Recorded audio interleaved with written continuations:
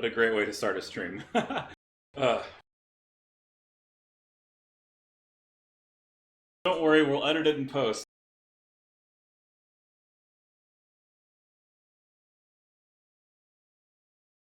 Okay, I'm not seeing any ones. That's not a good sign.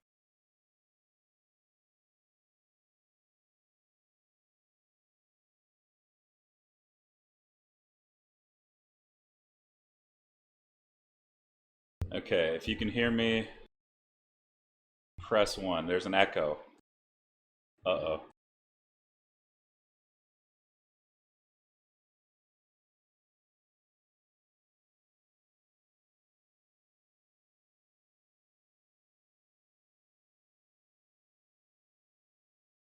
Okay, is that better?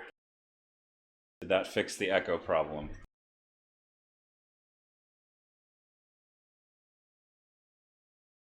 Okay, sorry about the technical difficulties, everybody. I'm just gonna plow ahead. Okay, good. I'm glad. I'm sorry if there was an echo. But anyway, we're here. We're going to go to the game in just a minute, but we've got a single elimination match between Droids Rule and DarthThomas. Droids Rule 76 seed coming in from the play-in round. 3-2, 7 points versus DarthThomas at 12th seed, 5-0, 9 points. This is a round of 64. Oh, what's up? Yeah, got it. I do that too. Sometimes I have my own stream open on accident. It plays through my speakers, and then it's like an infinite loop. It just goes around in circles, and it's awful. Anywho, yeah, so the winner of this game is going on to the round of 32, potentially against Technophobia or Daedry. That game has not been played, so that's why both their names are there. The loser of the game, of course, is going to be out of the tournament. So, single elimination, your tournament life is on the line. So those are the stakes. Who will advance closer to the top of the bracket cut? Let's take a look at the game camera just to see where the players are currently so that we don't miss any of the action. Players are finishing their setup. As you can see, we've got a supply drop hemmed in intercept situation. Definitely not your conventional set of objectives and deployments, but neither of these lists are particularly conventional. They are breaking with convention. First, let's take a look at our blue player, Droids Rule, piloting his list, Lando's Mandos. Of course, it wouldn't be a Lando list without Lando Calrissian, the newest addition to the Rebel Alliance's roster of heroes. Running just the Vigilance upgrade, and targeting Sabine Wren with it, or Clan Wren. So we do have both Sabine Wren and Clan Wren, so the entire family is here. Sabine equipped with Situational Awareness, Personal Combat Shield, and the Dark Saber. Sabine is interesting in that you have newly adjusted costs for her. I think under the old cost, this build would have been, gosh, it would have been 15 points more expensive. So Sabine being run at a discount here because of the recent rules reference changes. So good for her. Nice to see her on the table again. Has been a while since I've seen a Sabine list being played in Invader League. It's been almost all droids and clones. Accompanying them, R2-D2, ever present, blast off running in the list, an extra victory point threat for the Rebel Alliance. 2 units of Rebel veterans with their newly buffed CMO-93 trooper. So they got that range 4 critical 2 action going on there, some long range shooting, and they are accompanied by medium blasters. You've also got a medical droid. Wouldn't be a Mandalorian list without a medical droid in tow. It's just such tremendous value between the Mandalorians and the medical droid in the list. Medic droids are 18 points, and Mandos are definitely more points per wound than that. So you're generating efficiency there by including a medical droid alongside such tanky heroes. And to round out the list to, I believe this is 11 activations. Very nice, Droids Rule. Commando strike teams. Looking in the command cards section, we've got Explosions, Symbol of Rebellion, Legacy of Mandalore. Covering Fire, no Assault, an interesting choice. all of Lando's cards and contingencies, kind of what you'd expect. Covering fire, very good. It's got this like great potential on Sabine and Clan Wren. You've also got Sabine with paired up with Ace up his sleeve. You've also got the potential to play all in place of covering fire as well, just in case you want to get the let out. That's right. Hello. It is Lando Sabine. I'm going to say hello to you on Hemmed In. Next, we've got DarthThomas, Galactic Republic, playing his list. Let's get this scouting party started. And it's a conventional Rex list until you get to the Clone Commander running improvised orders, because at the bottom of this list, making a debut appearance in Invader League single eliminations, it's a laser cannon ATRT. Let's just take a minute and applaud DarthThomas for including clone ATRTs in his list.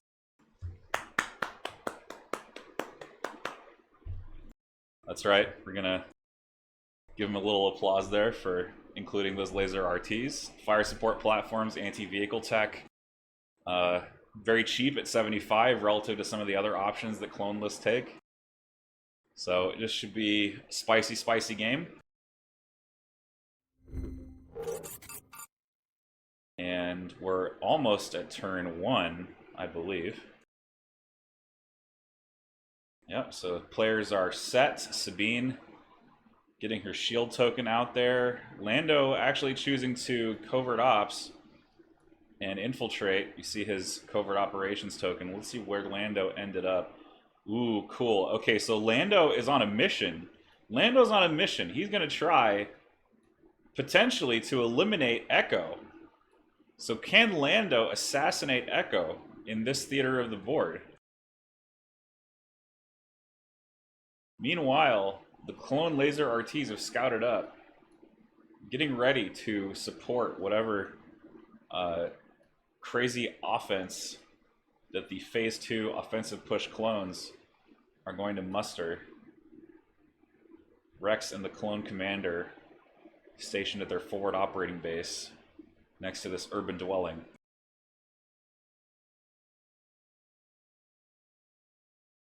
And that is going to be a range measurement here. Droids, of course, very interested in the potential of a turn 1 take that Clankers. Sabotage communications not in his list to attempt to block one of the orders.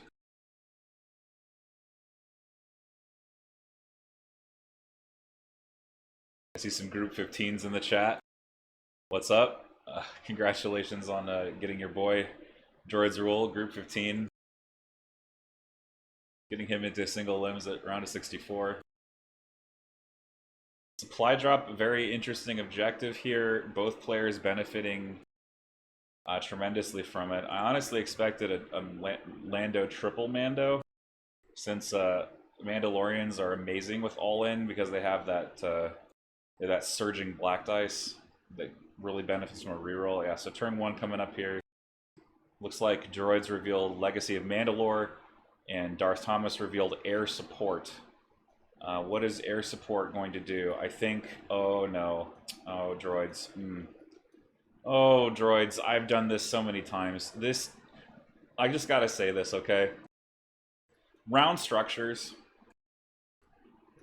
it's never great for hiding snipers, traditionally. I think there's a double move and bomb and beam to kill strike teams back here. I genuinely do. You probably aren't going to kill Brown, but you might be able to kill Tan. But that's definitely one of those, like... It's one of those things where it's like, you can just forget to do it, or you get a little bit aggressive, and that generally results from attempting to start your snipers in vision without a sharp corner. The softer the corner, the more likely it is that your second miniature is going to get seen, is a good general rule. Sabine Legacy's here for the triple dodge. And a dodge from Retinue for Ursa Wren.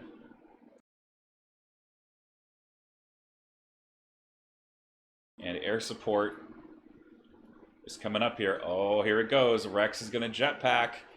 Rex with the jetpack jump. How many snipers does he see? I think he sees at least one full team. Oh, no.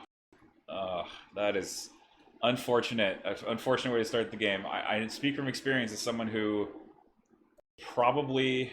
Actually, I shouldn't say probably.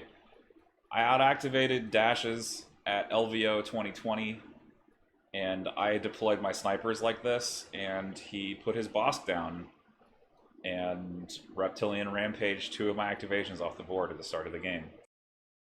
And that made life a living hell, to put it mildly, because I was playing against Vader with Tauntauns.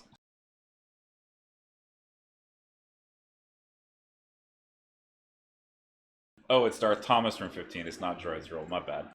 My bad. Anyway, sorry about that. But yes, we're gonna see some dice being thrown here in just a second because of air support. Right. Let's just hope that he is skilled enough to roll blocks. You get that TTS sound rolling here, so we get the dice, the click ASMR of the dice being rolled. Oh yeah, Rex is dead to rights. I'll have light cover, no dodge token.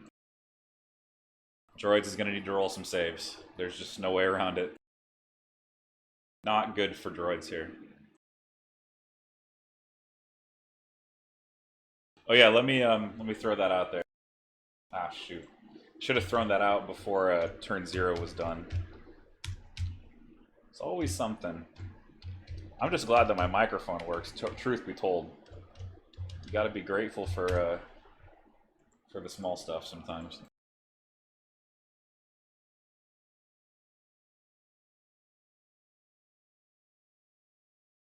I can take a minute while they're pinging around to set up predictions here.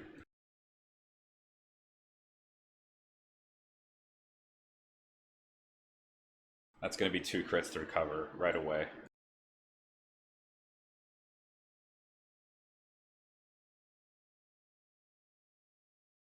Okay, so Rex does the surge crit. He has a chance to save it. Oh, full save! Yo, droids rule. Getting bailed out by the white dice. Block surge.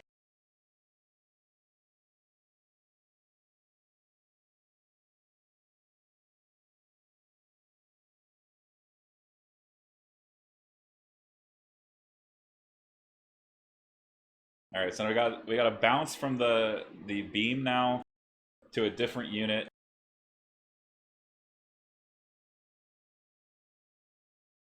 Droids finally blanking one.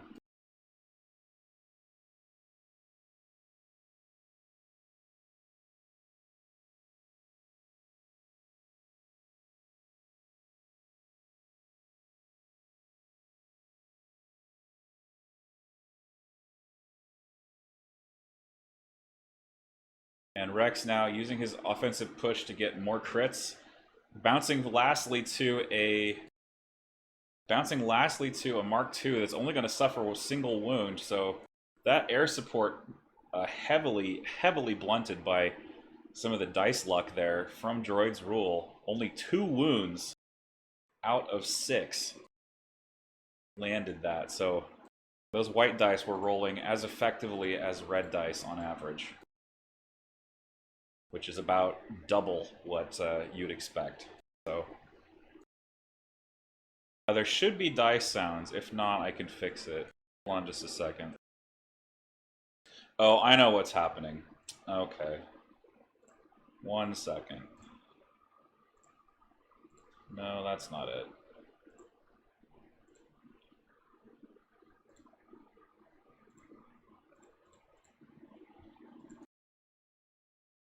Oh, for some reason this is killing me.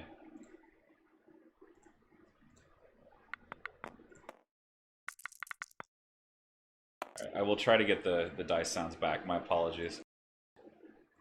Streamlabs apparently does not like my... Oh, there it is. Okay, that worked. That should do it. I just saw them go through. There it is.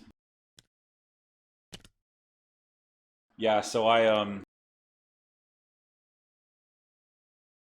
cleaned out my cache, and it took a lot of my settings with it, unfortunately.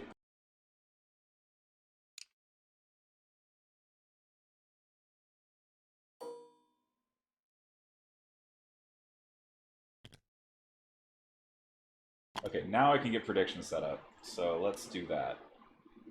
But yeah, gotta say, that was very, very nice for droids ruled are not, in fact, getting punished by that questionable cohesion, dubious cohesion.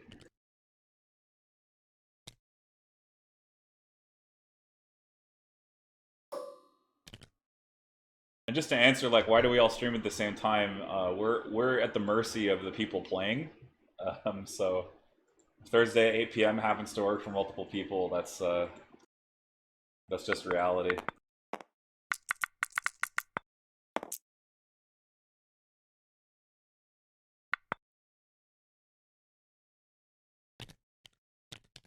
Arc Sniper putting another wound on that Mark II. Mark II is recently buffed to 4 wounds. Has not truly moved the needle on veterans, unfortunately. Just because DLT captains are so much more survivable.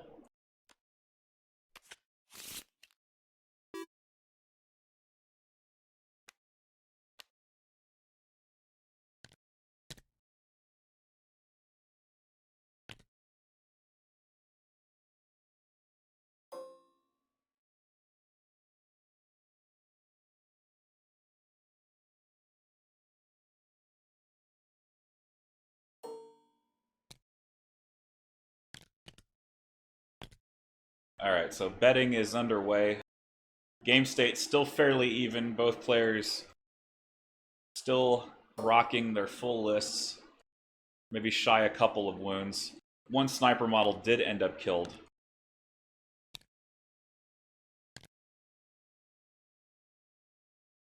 Let's get out of that top-down view and take a more bird's-eye battlefield view here. So I'm wondering if the plan here is to focus on killing clones, or whether it's to go after the ATRT since you have a lot of weapons with critical.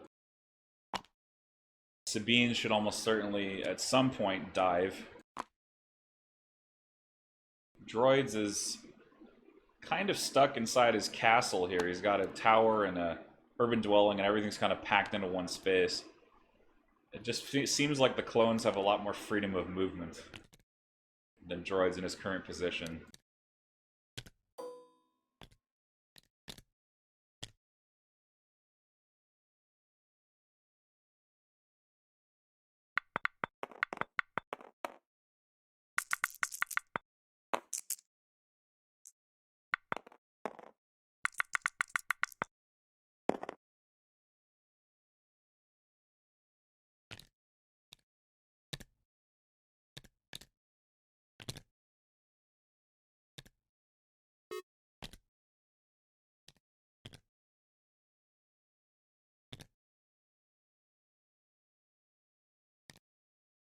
Rebel potato gun, the t-shirt cannon, manages to nail one of the yellow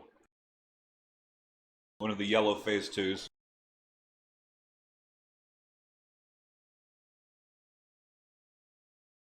So he went home. He got his t-shirt. He got back from the rock concert and was like, "Hey mom, I got this awesome t-shirt." And then his mom was like, "Dude, you're a clone."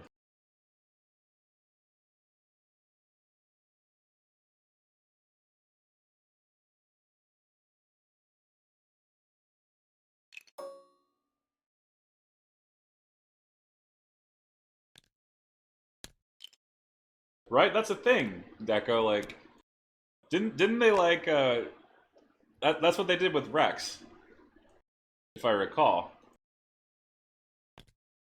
Now this is an interesting line of sight situation with this ARC Trooper.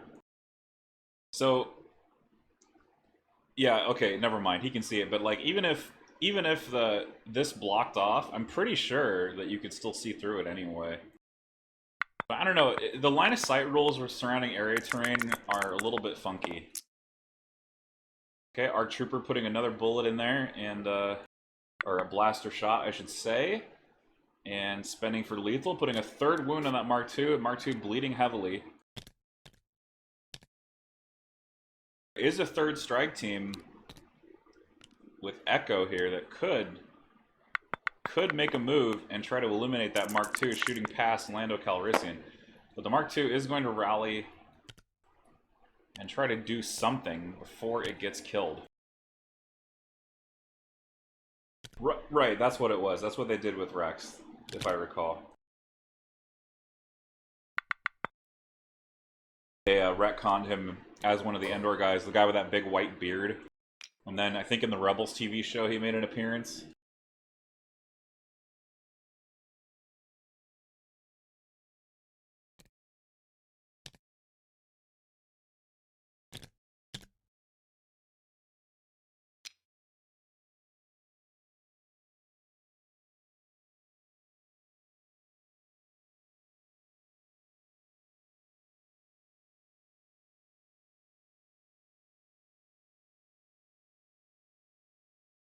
Okay, so the Mark II is scooting out of there.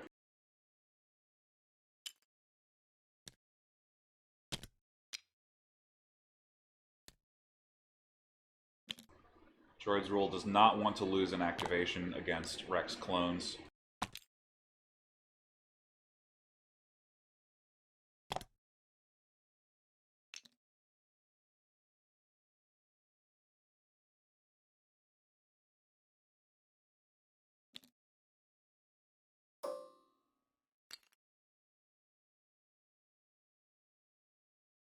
I feel like this, oh no, if he's leaving it there, the laser RT is just going to kill it. Laser RTs have 3 dice that can still do damage to targets in light cover that are not vehicles, so he's got to be careful with that Mark II. If I were him, I'd try to take it over here just to try to get more cover. I think he can fit there.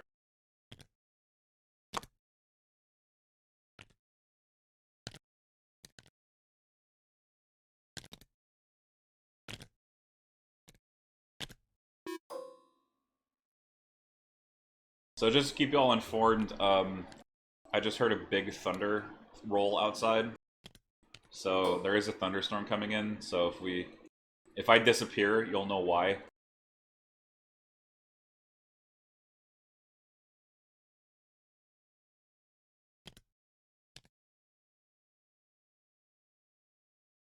Another thing too, these ATRTs, people forget, ATRTs are tall, and they can see over barricades. Now, that's one of their big strengths, and wow, he's going all the way forward here with this clone RT, trying to get these veterans in light cover, or maybe find some other target. I mean, he wants to shoot one of the unactivated veterans, or he wants to shoot the blaster trooper. Either way, he could do some damage to these rebels here.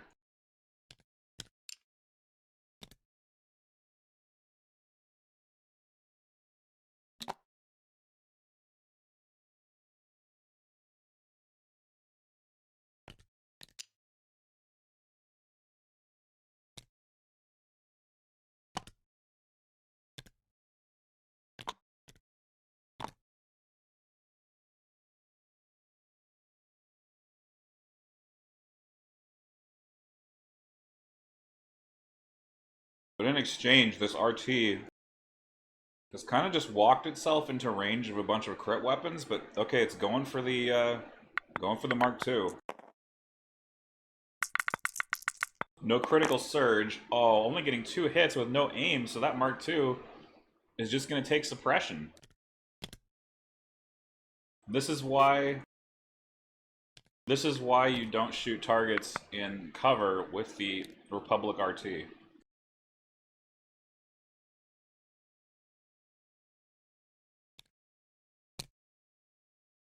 If nothing else though, the RT now, if it survives, can now be fire supported. So that's one benefit of going into 3 here.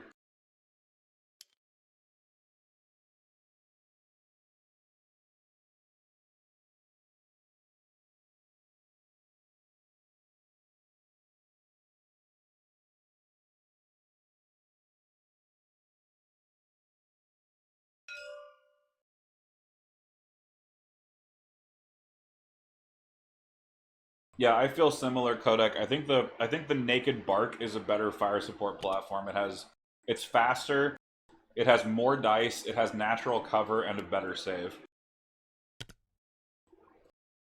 So no argument here. I'm getting ready to like practice 12 activation barks myself.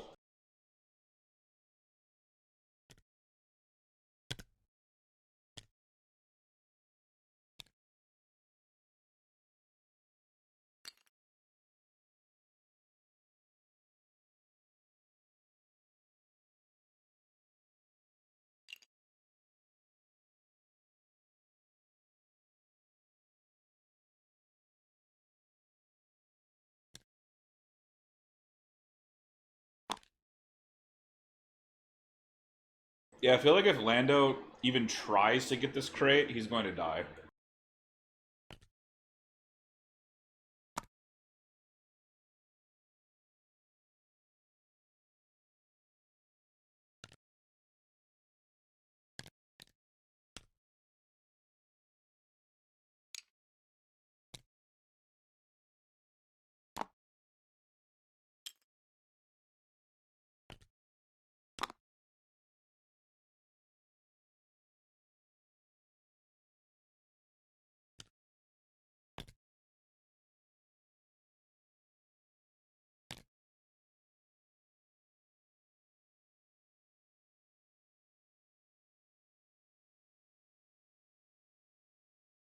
Okay, Lando has range 3 on the yellow clones. So I think he might try to put some of them down. Okay, Lando grabs the crate. He gets Bacta and Field Scanner, both great pulls. Yeah, he's certainly going to keep the Bacta, though. More health for Sabine, or more health for himself.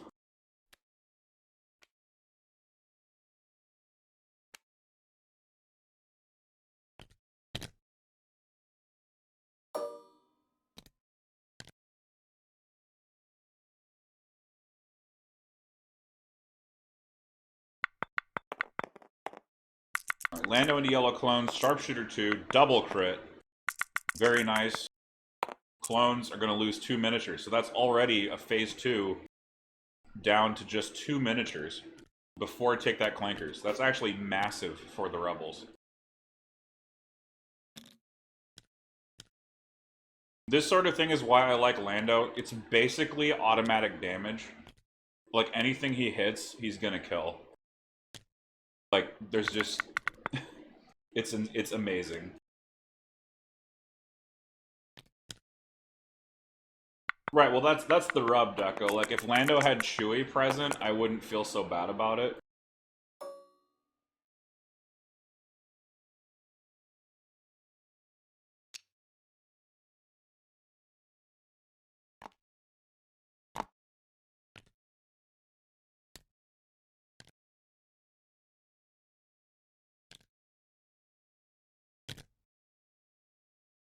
Yeah, I think that's why they shaded it, because they were trying to make sure that he was an operative.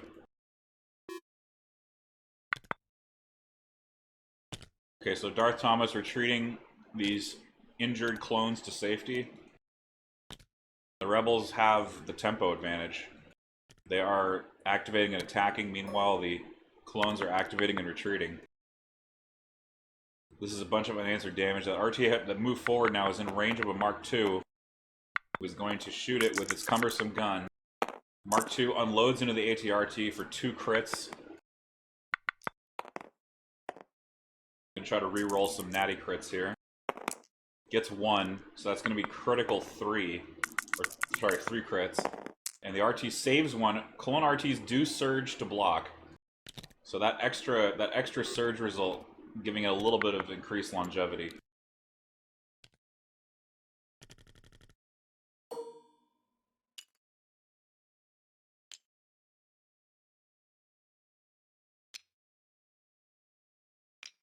Okay, I'm pretty sure yellow clones and Echo.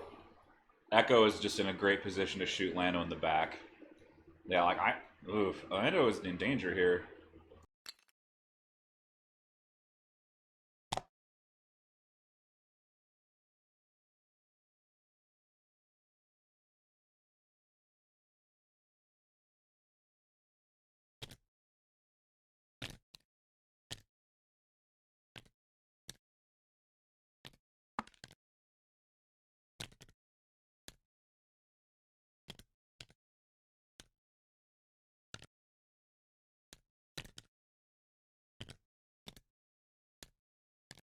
This could be bad for Lando, certainly. He's gonna get shot by orange clones, possibly even by blue. By fives, of all things. The fives could shoot him. Echo could shoot him. It does not, but it would be a pretty negative thing. They would lose good damage. They would lose a vigilance carrier. I don't think they lose automatically. I think it would be very bad for them. I guess the good news is they don't have a lot of surges. I guess they have 3 surges here, so that's enough. If they want to dump their surges, they could and make this a very, very good shot. Lando does have all in his contingencies pile. He also has Uncanny 2. So he is able to re-roll some defense dice. Should help him a little bit. It should add at least 1 save if he's lucky. Oof, Lando. Hopefully your Uncanny Luck gives you some help. There it is. Alright, so 3 for Lando. That's half his life gone. A full shot from Echo could end him, actually.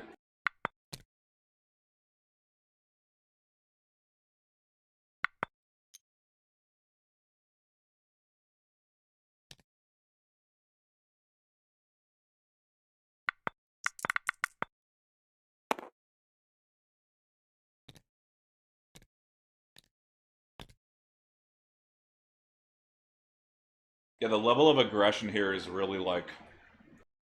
They're just playing really risky.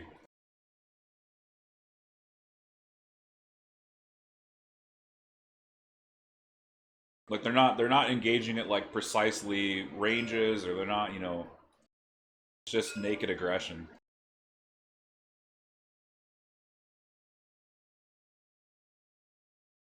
Yeah, I don't think Lando is going to survive the turn unless Echo botches his roll.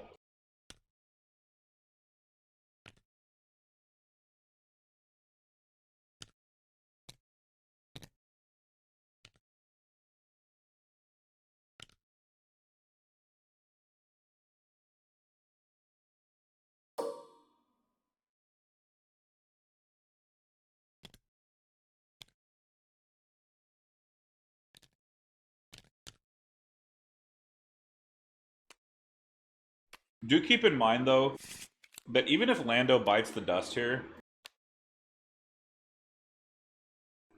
there's still R2-D2, and there's still Sabine explosions. So there's still plenty of depth to Droid's list. I am altering the deal. Pray I don't alter it any further.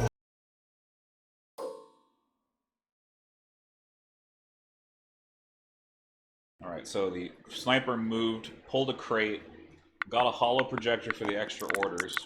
Could be very useful for R2-D2 or hell, even Lando. That holo project, if Lando survives the turn, and if that sniper made it to range 1 on Lando, that could save Lando's bacon.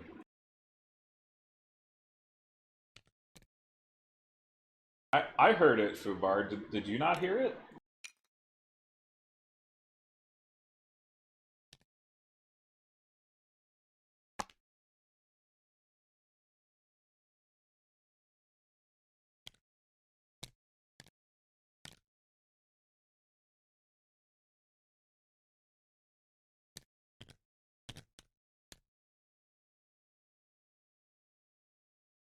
There is a delay.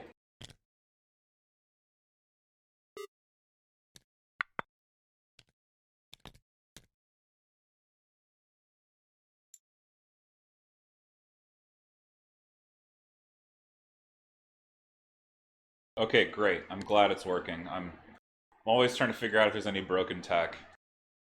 That's one of the hardest things to know if you're a streamer who's doing like a solo stream, like I'm doing now. There's no technical director to monitor anything. So you have to play all the roles, right? You have to play host, moderator, technical director.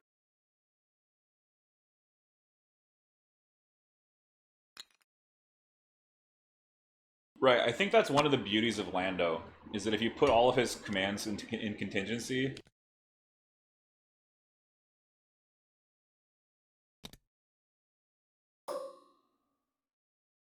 then you don't lose anything by losing him.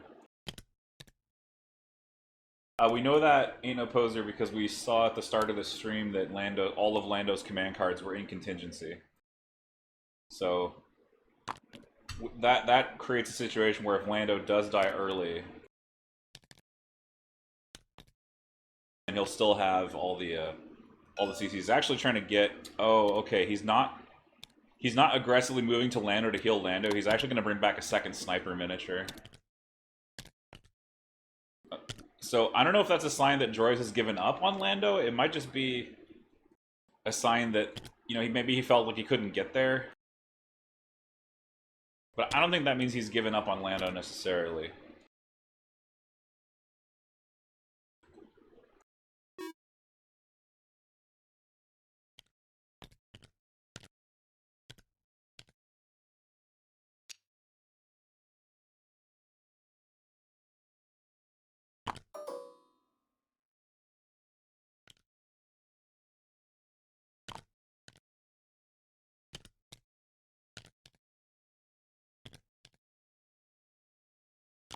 And you got to bet on capes, right?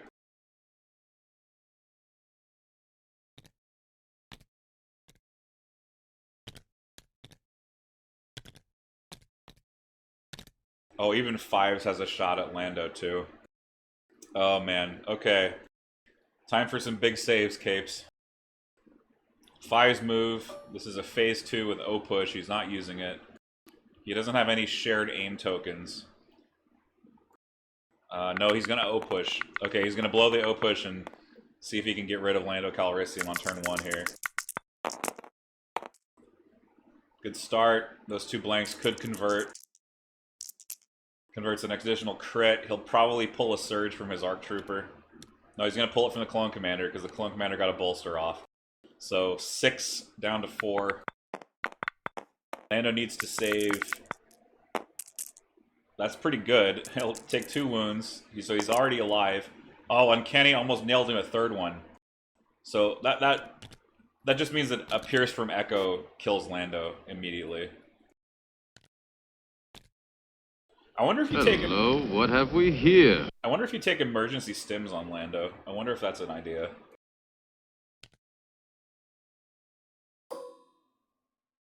Especially since he's a white save hero that likes to play forward a little bit.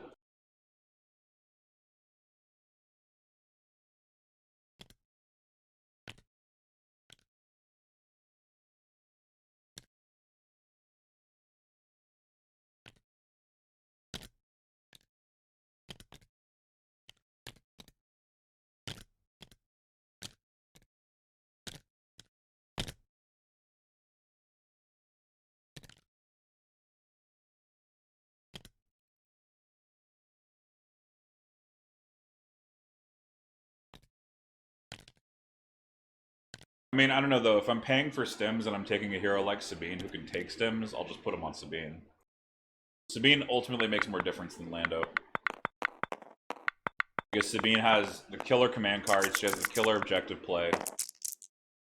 Big shot from the vets here. Only getting 1 crit, though, into the armor of that RT. The RT saves it. That extra surge to block, very significant on ATRT.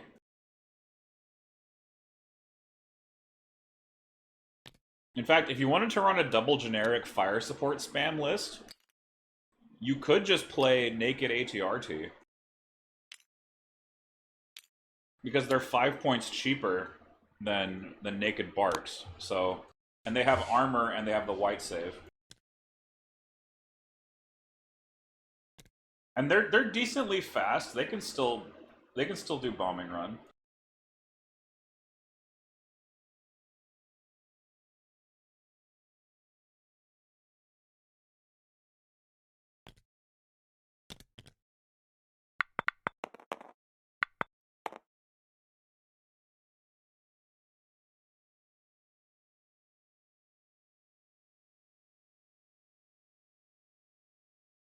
Well, the reason I'm even mentioning it is because in my triple bark list, that's a dead Lando. Yep. No, I don't have a landing permit. I'm trying to reach Lando Calrissian.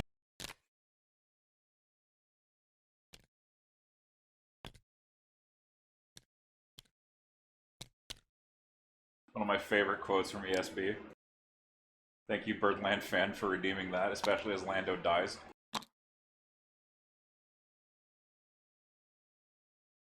So Lando off the board turn 1. Droids overplaying him, unfortunately. Here comes Clan Wren now into the heavy cover.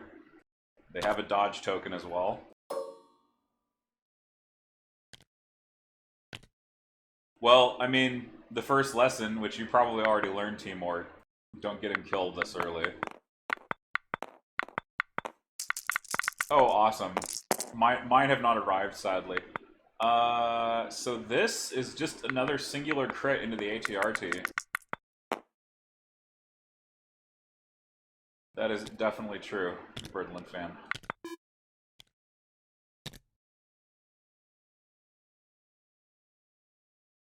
Oh, I mean, yeah, I can ask him what was the thought here. I think he was trying to go after Echo, and I think that's what he should have done. Like he could have just moved down here and maybe like seen Echo silhouette and tried to shoot him for a couple of wounds. Like that wouldn't have been bad. Okay, well if you do infiltrate, you know, stay in hiding until it's safe. Is what I think the lesson might be. Alright, a second laser RT, and I'm moving around on the flank.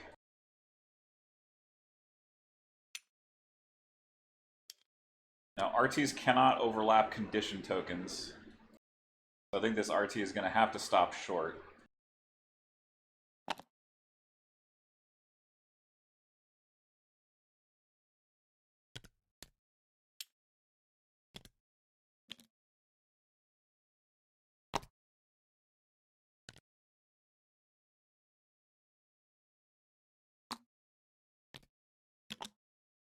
That's kind of what I'm wondering too, Hoyas.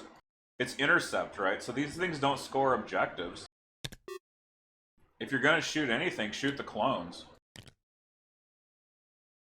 It might also be that he didn't have range, because, you know, Clan Wren is range 2, normally. So I guess if you have an aim for long shot, Ursa and Tristan can shoot at range 3. Yeah, exactly, Captain Nita. It just takes a lot of practice. Now R2 going around the side here. This could be Droid's saving grace.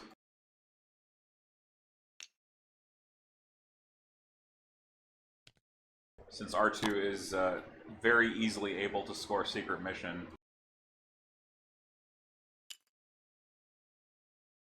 Oh, is Sabine going in for the turn 2 explosions here? Wow, she has a strong double move. In she goes. No, do not stand there. Or I guess actually if she's able to last in here, because I think the clones might have activated fully. This is huge. So he's gonna answer with a big explosions from Sabine. Just drop that explosions right into the midst of the clone ball, hit like 5 or 6 units. Yeah, Deco, that's really what Echo should do, is Echo should be the R2 assassin. Lando is dead, Imperial Sympathizer. He took 3 shots and died, even though he saved decently.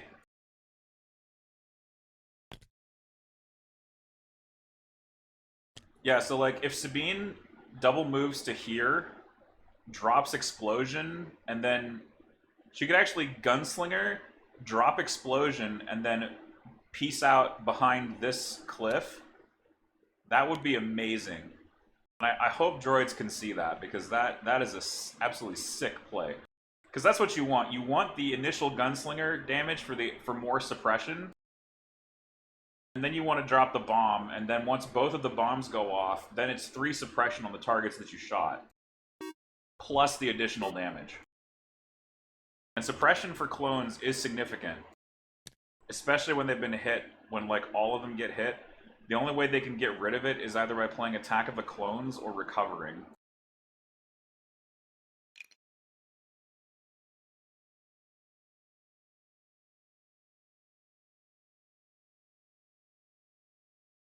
Right, so like all of the clones have activated, so this Sabine can just, she can do whatever, she can end wherever she needs to end. and just do her stuff. And unfortunately, with Lando dead, vigilance will not be a factor anymore. So she's moving up with 3 dodges despite having the ability to go last. So I feel like instead of playing Legacy here, I think standing orders might have been a better play. Like just standing on Sabine. I mean, really, he needed Assault more than anything, I feel. But now he's stuck with covering fire. I don't see the use of moving Sabine into the difficult terrain myself, but... I mean, I sort of get it. Like, if you lose priority, you at least have that extra measure of protection. Yeah, so he's trying to finagle it so she doesn't end up in the crater. That's a good point, Imperial Sympathizer. She actually used her jump already, so she can't move again. Also, Lando died with a Bacta on him, which is even more horrible.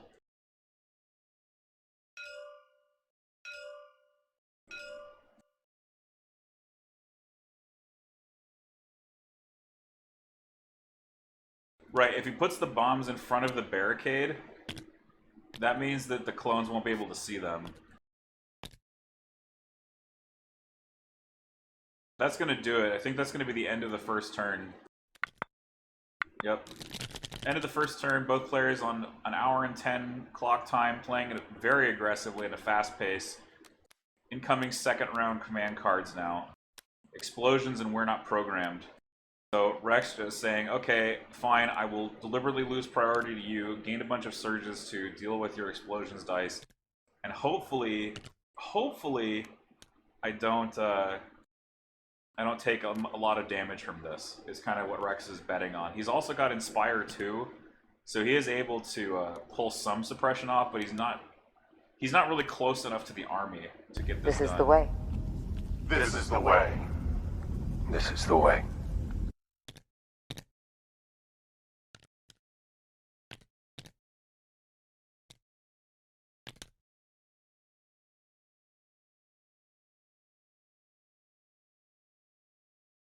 Yeah, Sabine Gunslinger is going to be devastating. Especially because she has yellow. I think she has orange in the open, so she could just kill 3 clones with a Gunslinger shot. Oh man, this could be really rough for DarthThomas here. Green Knight, basically Lando was overplayed. Clan Ren is standing by behind the barricade. They do not have jetpack rockets, for what it's worth.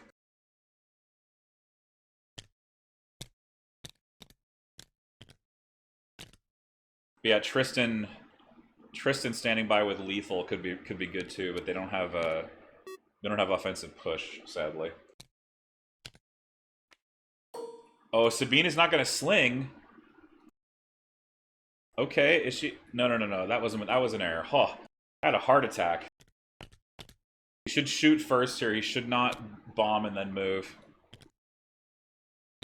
Okay, maybe he's thinking I can bomb and then get my free move and dodge, and if I get shot again, I'll have a dodge. Maybe that's the thinking here. Yeah, that should be able to fit. The thing is, Sabine has to be able to see the token to drop it.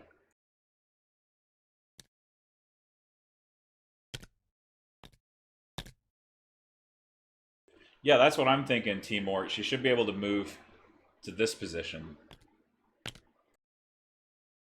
Now, oh man, I think she has to bump the bomb over a little bit, but I don't know if she can. Okay, maybe... I don't know. If I was in DarthThomas' shoes, I would argue that Sabine can't see the second bomb drop.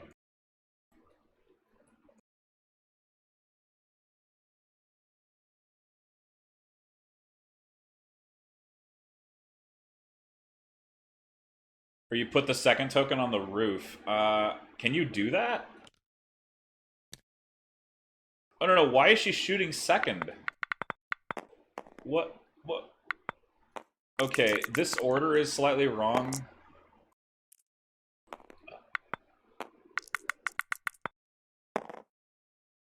Also, that squad doesn't have cover. They're missing a few things. They're playing a little bit loose here. Could be nerves.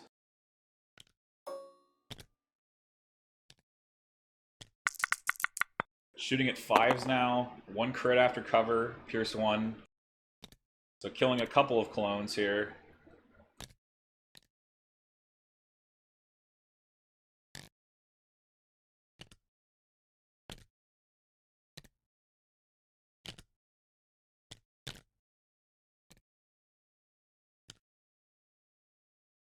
So is she taking the free move? Okay, I think they... Okay, so he did the right pair of actions. I think he just did it out of order. So the net result is the same. I was very confused. I thought, wait, how can he drop the bomb and then shoot? I don't know. Yeah, okay.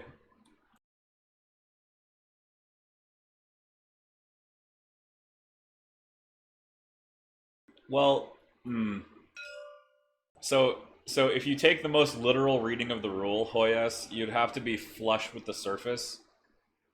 And I guess you could put it flush with the building there.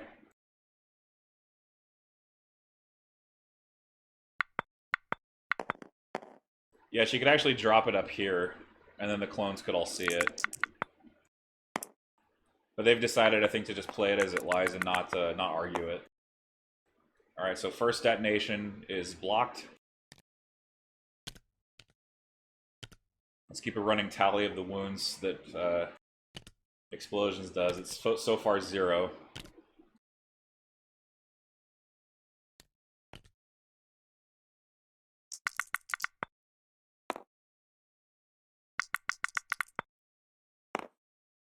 Alright, 1 wound so far. That's important, because that was the Z6 in yellow that just got killed by explosions.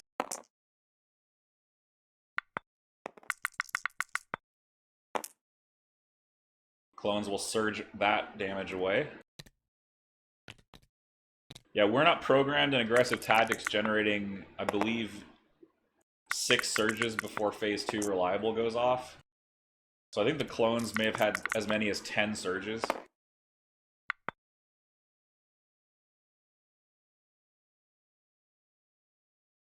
Alright, so 1 wound from explosions. And that first bomb is already over with.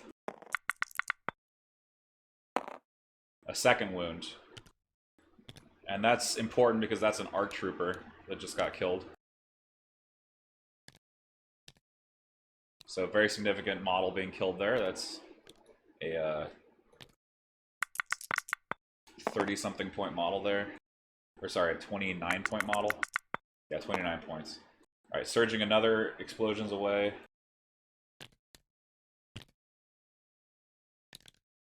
Those ARC troopers apparently, though, have a back to capsule, so they're just going to heal that back right away, unfortunately for droids.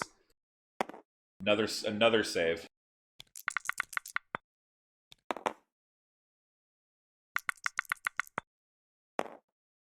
Okay, 3rd wound. Okay, so that's better than I expected it to just do the 2. 3 is good. If it does 4 or 5, that's very significant. Now this is against the ATRT, and the ATRT, even the ATRT saves it. Oh, that's just disappointing, man. All right, so three wounds total dealt by Sabine explosions, 2 wounds from Gunslinger. So the Gunslinger play dealt 5 wounds in total. So that's still significant though, since clones in this matchup, they only have 3 core units. So that's still like 1/3 of their core models that got killed. Well, okay, 12 hits and 3 wounds is actually over average, right? Considering that even one of those units didn't even have a 2/3 save.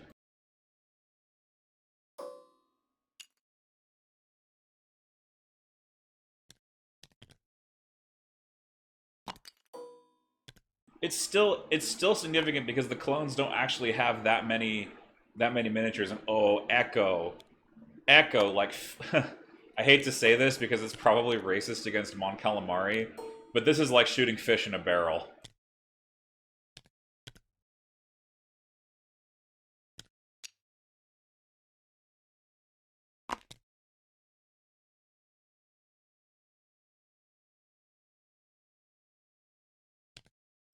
Yeah, so Echo has a brilliant shot here.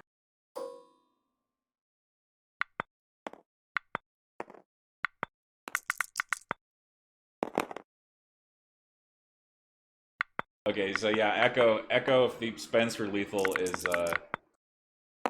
yeah, those brown snipers are gone now. So droid's rule now down to 9 activations. And actually that's his sniper that was carrying a hollow projector. Oof.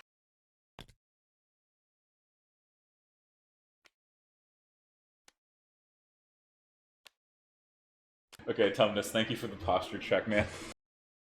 Oh, jeez. Oh, I'm sorry. This is turn 2. What am I doing? Ugh. This is a very professional stream. High quality and professional.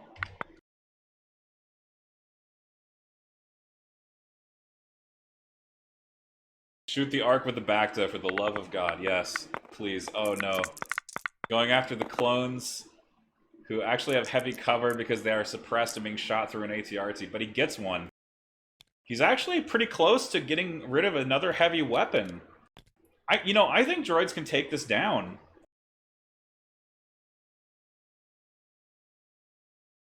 Yeah, are you leaning in too? Because I'm leaning in.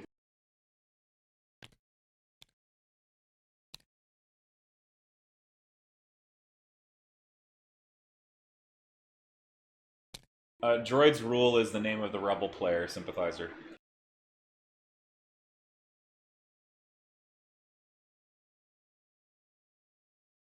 So Droid's Rule has so far played Legacy of Mandalore and Explosions. And DarthThomas playing Clones. Oh, that's a nice hit from that laser RT. 2 crits naturally, aiming for a 3rd crit! This Mark II should bite the dust.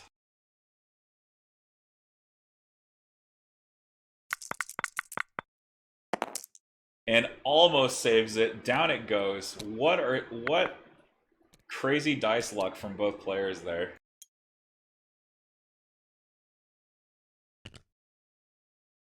Right, that's the other aspect of this codec. Rex, I mean, here's the thing. Sabine can get in there with a Darksaber. Rex still has Call Me Captain. So I don't know if Sabine wants to engage without support from Clan Wren. Clan Wren melee, actually not that bad, if I recall. Clan Wren, where is Clan Wren? There they are. Yeah, so Clan Wren melee actually 6 black. That's pretty impressive. Not gonna lie. It's 3/4 of a Wookiee squad to compare it without the Pierce.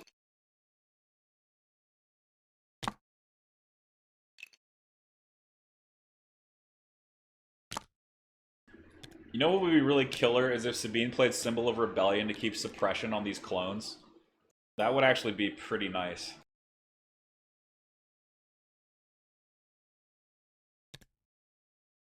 Yeah, definitely kill Orange now. It's vulnerable to losing a heavy weapon. There's only 3 core level heavy weapons in the entire list.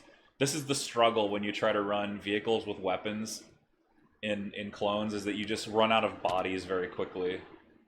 And that's another struggle too. Like if you want ARC troopers, like 2 ARC troopers could have bought you another clone unit.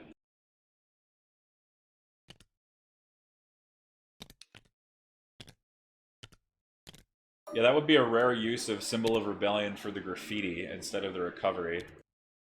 I mean, Sabine's tanky though. She's gonna have a dodge. She's got her combat shield. This is like sword board Sabine. She's here. She's ready to tank the dungeon.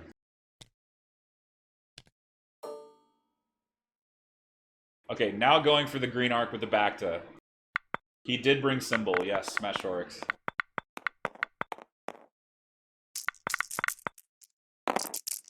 Nice. That's actually 4 crits into that ARC Trooper from the critical 2 of the T-shirt cannon. And the ARC is dead. Nice work, veterans. Rebel veterans getting the lead out here. Or should I say the blaster bolts? I bring Symbol. I used to play offensive push shield Sabine. Of course I brought Symbol. Or I would play a grappling hook. Or whatever that thing is. The grappling line? Is that what it's called? The thing that freezes Jedi. Back when people played Force users. Silent Tears. Yeah, so Lando's contingencies were all of his command cards. I can actually put it up on the screen for just a second here.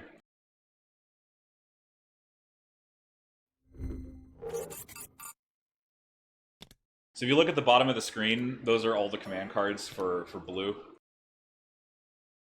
You can see that there's 3 Sabine, explosions, and covering fire, and then the 2 pip neutral. And then all of Lando's command cards were in the contingencies. I like it too. It's actually pretty nice.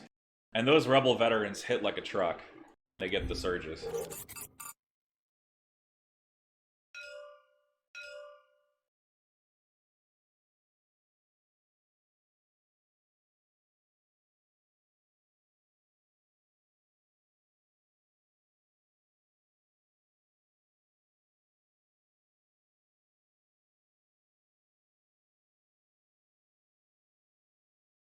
Yeah, oh yes. I want to see some discount Darksaber action here.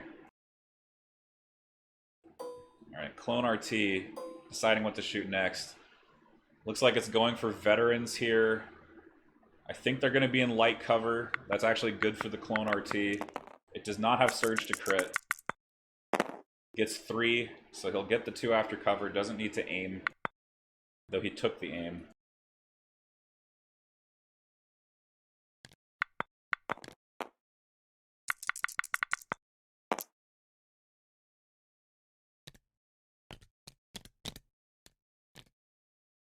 And 2 veterans going down.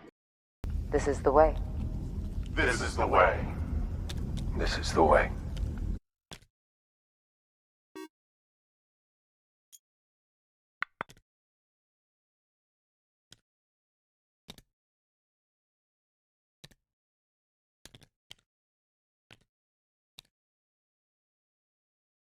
Yeah, Rebel's doing Rebel things. That about sums it up.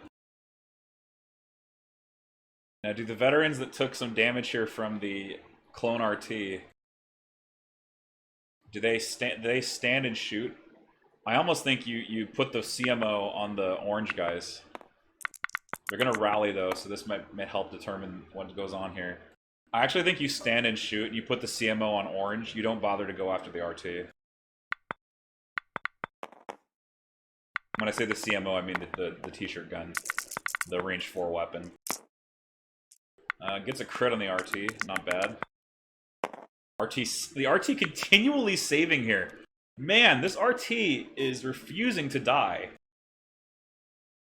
And it's such bait. It is such bait for these Rebel shots. Baiting shots away from the clones. I really feel like he should have shot the potato cannon at the orange troopers.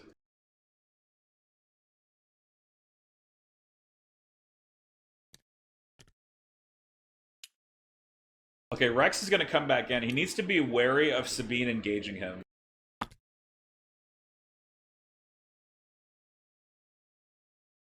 Because it also would have been a 5th suppression on them, and they would have risked a panic next round, I think. And Rex Inspire actually not in range to do anything this turn. Because Inspire is at the rally step. Yeah, so Rex Inspire not going to be able to hit anyone.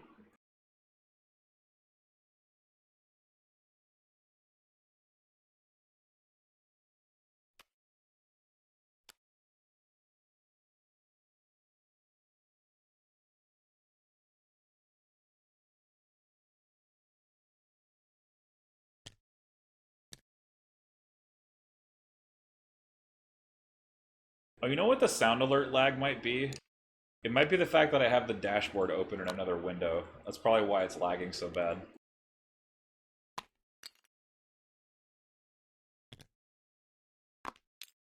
That's a very good point, Hoyas. If he does leave the arcs without unsurged, they could very easily get sniped, because both of those miniatures are exposed.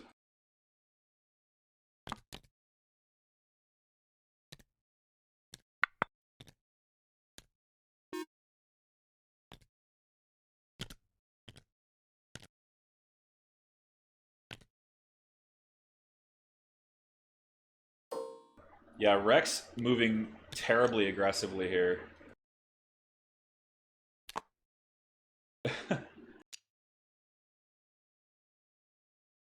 I have a personal motto when it comes to Legion, and that is try not to be aggressively terrible.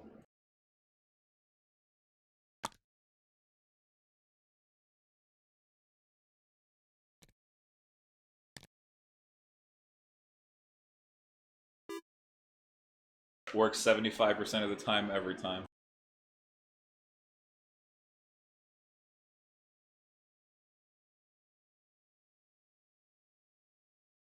Okay, green arc's in motion now. They need to be careful of Clan Wren, honestly. Clan Wren is like delicious arc troopers.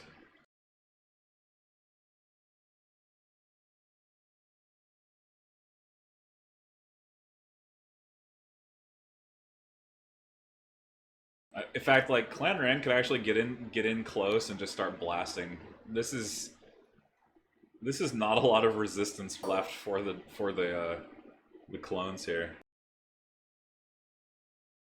I think droids should press the attack. Oh, he might lose. Oh no, he might lose a sniper team here. Nope, not like that. So re-rolling. It should be heavy cover still. It's not enough to kill the entire team. They have aims from Rex though, so they might be able to re-roll one result and try to get a natty crit and then spend for lethal.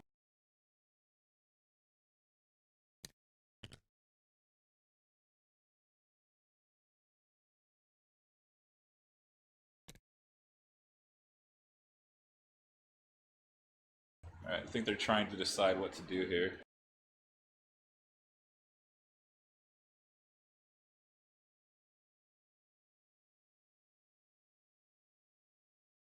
Might be talking about the cover and what level of aims the clones have access to. They probably want to save aim tokens for the rest of their army. They're all face up. There is no strict orders, for better or for worse. I don't think strict would do anything anyway. Plenty of clone activations still to go.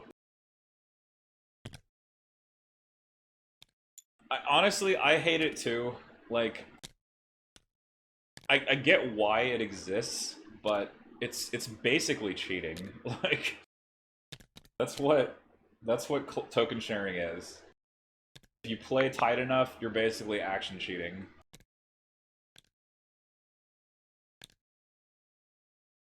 I mean, I've learned to live with it because it's not going away.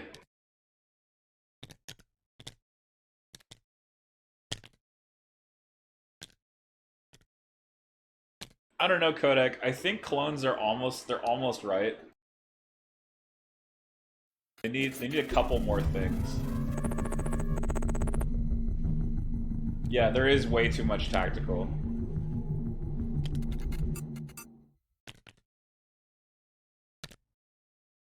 What if they gave Death Troopers tactical?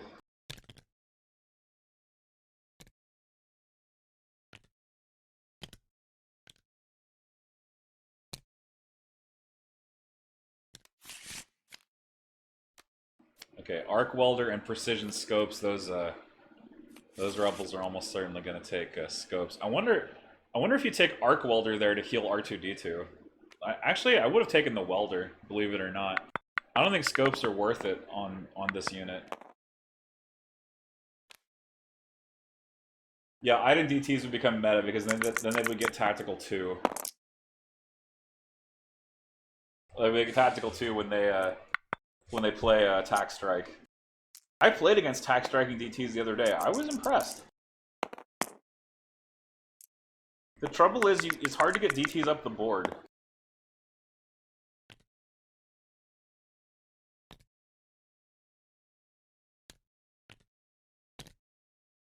Because like a lot of strong DT damage is coming from their pistol, which is too white.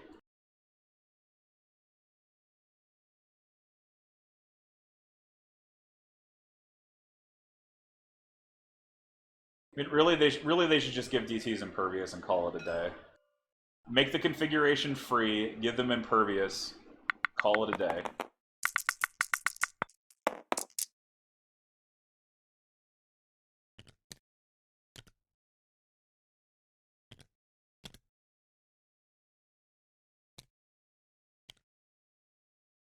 There you go, Codec. Impervious ranged would be awesome.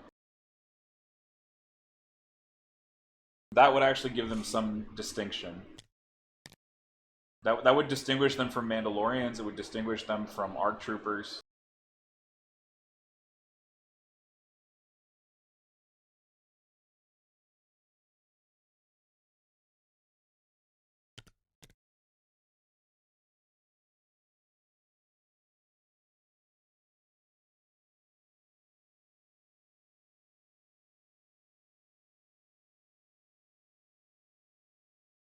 Okay, so in the game now, it looks like Orange pulled off an impressive rally roll.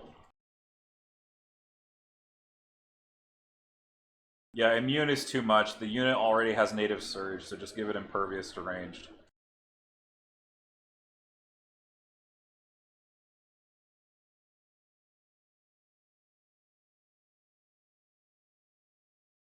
No, you don't. You can't honestly believe that giving Death Troopers the same save as Palpatine is a solution.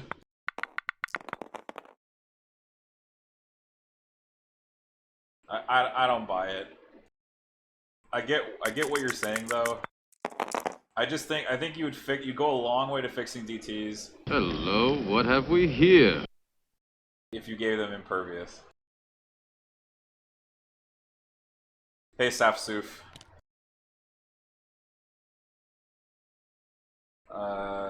Let's see.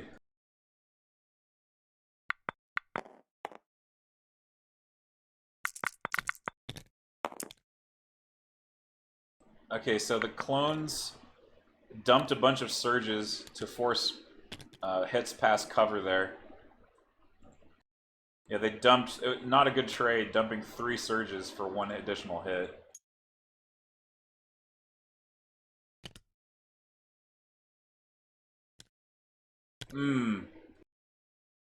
Lethal on the short range config. I don't know.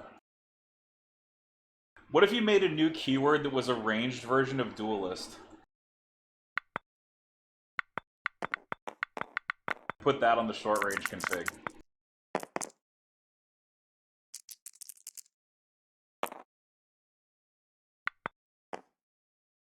Oh, I agree, Isvodicus. I think Droid's Rule is running a really cool list.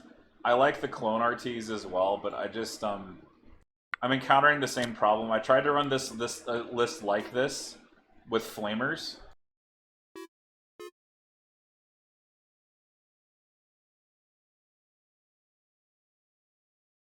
But I encountered the same problem that DarthThomas is having, in that you just don't have enough bodies.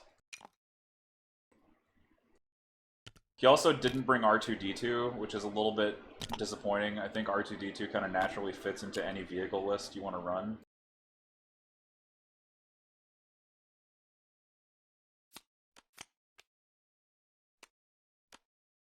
Alright, clones are going for another supply crate, getting another holo projector.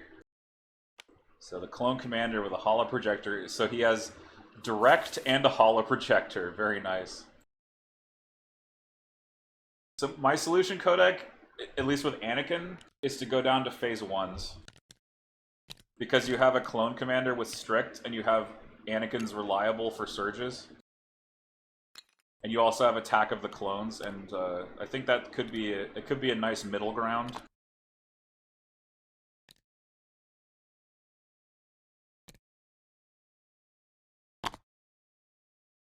It is kind of a struggle, though. I think you have to wedge Echo in there somehow.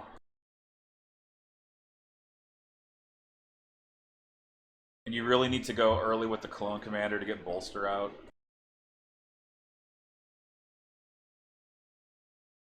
It's tough. Like, at least Obi-Wan can take aggressive tactics, right?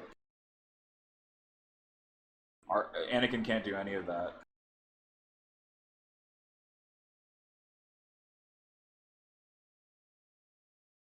So if Yoda was absolutely broken, I wouldn't even be mad. For real. He's probably like 250 points.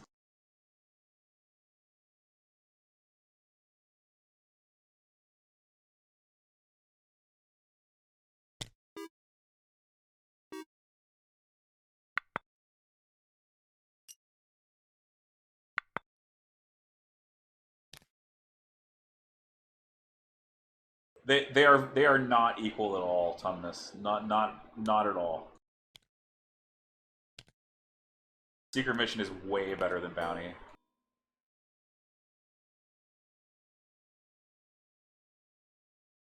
He'll probably cost similar to Palpatine. I have to imagine.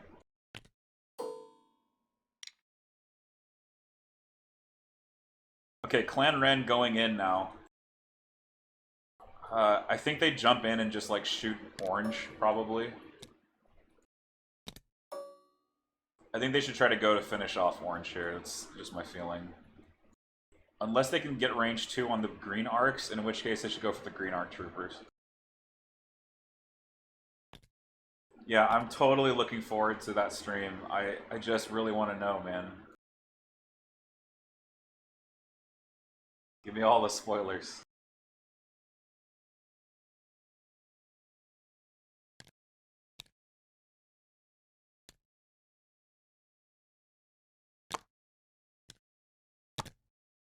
I mean, Yoda's clearly a frog. He lives in a swamp, he's green, jumps around.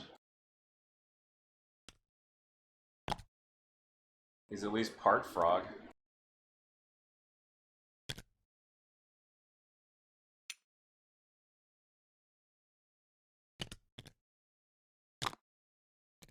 Could blue panic? No. Oh, that's true. Tristan is suppressive. Well, I mean, orange can panic as well. I think Clan Wren should shoot orange, personally. I think he should go for the kill.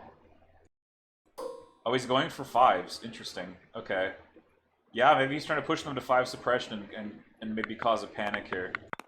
So Ursa is rainbow, Tristan is 2 black, the generic Mando behind them is 2 black. No aim on this attack, so no lethal, but suppressive from Tristan. Definitely a thing. That's going to be 6 down to 4, if I'm not mistaken.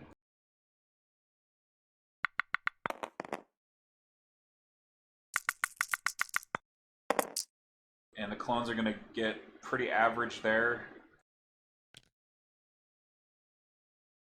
Getting the upside of 4 on a 2/3 save. But a 5 suppression stack now on 5s. 5 suppression for 5s, there it is.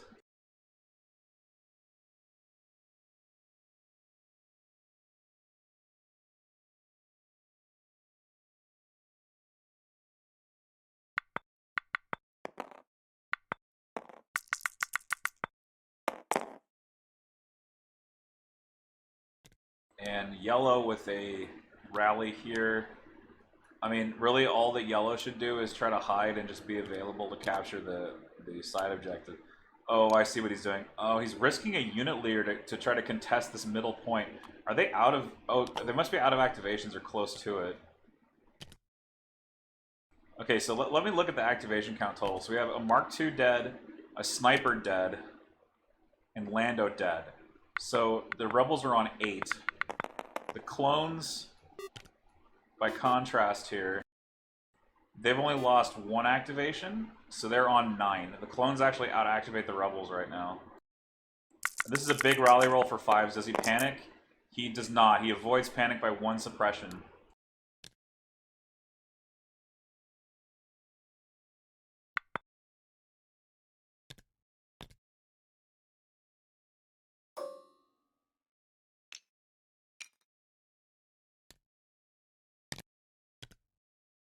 So 5s will actually move into the middle here and contest the objective. So the Rebels will not score. Neither side will score the middle objective here. It is just 1 action, that is true.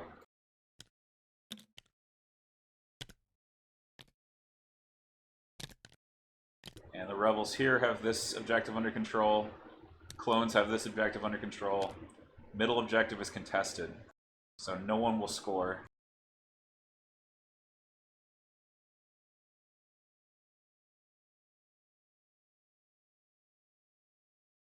No, though, wait, do the clones have 1 token in the stack? No, they don't. Alright, so that's the end of 2. Both sides will score 1 VP. And now moving on to round 3. Yeah, Rebels are looking strong right now. This could easily snowball into a Rebel victory. The veterans, though, are only on 3 wounds apiece, and they are a lot of the damage of the list. If they are killed, it's going to slow down the Rebel advance significantly. But Sabine is basically uncontested. Wow, the vehicle 1-pip coming. Oh, is this a fire support into Wren? What is this? He's playing the vehicle 1-pip. Is he setting up a fire support?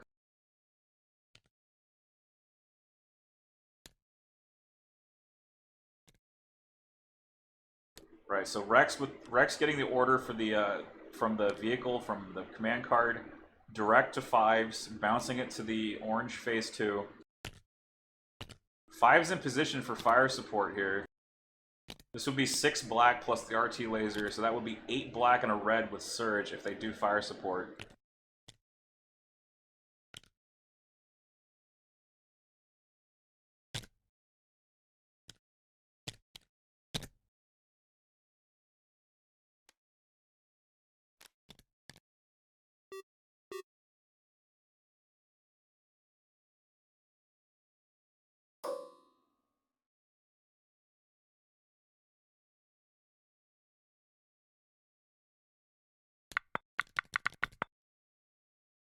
Okay, and the... Oh, he forgot his order on the... forgot his order on the RT, apparently.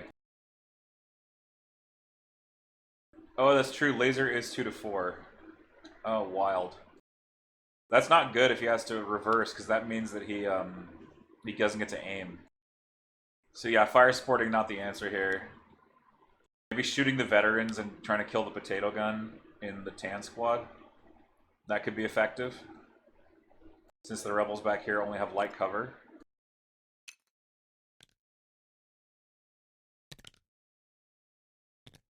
You're right, Kodak. They do have a. They actually have a pretty significantly good pistol, if I recall. Their pistol's good. Yeah, it's this thing. Actually, it's a rocket launcher. Believe it or not. Awkward. Crit 1, impact 1. That's a very good pistol. Wow. Man, for 55 points, that RT is looking better and better, especially with those keywords. Okay, it looks like he's instead pulling from the stack, getting an ARC Trooper, and attempting the squad wipe. Excuse me, my gosh. Attempting the squad wipe here. Excuse me.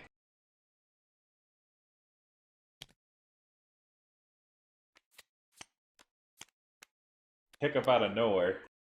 Naked RT new meta? I doubt it. It's more of a meme than anything else. Oh, getting that precision scope on that AT, or sorry, on that ARC Trooper. Yeah, so he'll have a crit there. Maybe he taps scopes immediately.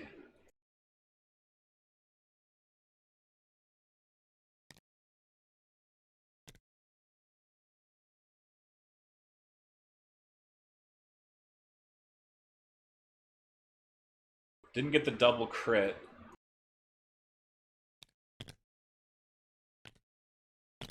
Okay, settling instead for just the 1 miniature being destroyed. And actually splitting the second gun into the veterans here in heavy cover so that he can suppress. No crit surge there. Not in range to share a surge. So tapping the scopes and re-rolling gets the suppression.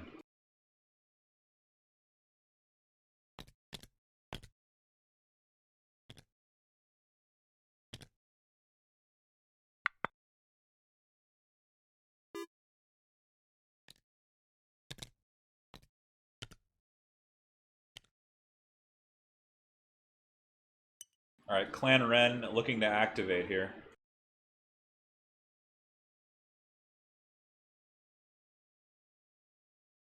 I think if I'm Wren... Oh yeah, it is turn 3, thank you.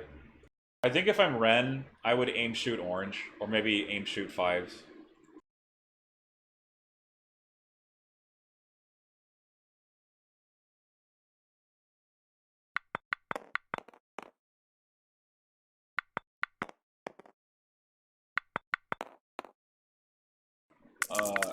Okay, I hope he's going after 5s with that dice pool.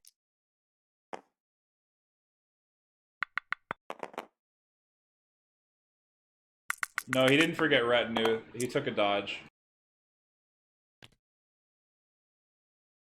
Alright, and actually successfully wiping yellow. Looks like he didn't... Did he not aim? Okay, so he didn't aim. He's just gonna move away. He could move into melee with the arcs, but he's not doing that. He's instead moving down.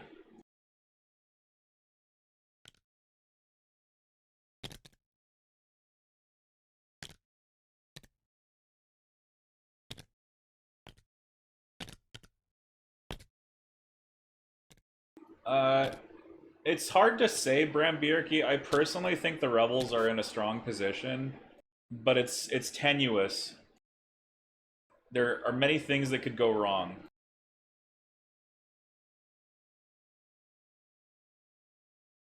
Now that's a great point, Kodak. Sending Clan Wren to contest the clone's rear objective would be a very smart idea. And actually that puts Clan Wren in shooting position on these arcs next turn. And these arcs might very well just die. Yeah, the clones did have an early lead, like Deco says. The Rebels pushed in, dropped explosions, and now the game is kind of in a little bit of a bobble here. It's not clear who's really going to come out on top. The Rebels look like they're in a very strong position. Then again, there's really not that many Rebel core troopers left. The medic is kind of isolated off to the side. It's not in position to do any relevant healing. R2 could be killed by Echo. There's lots of things that could go wrong for both parties here.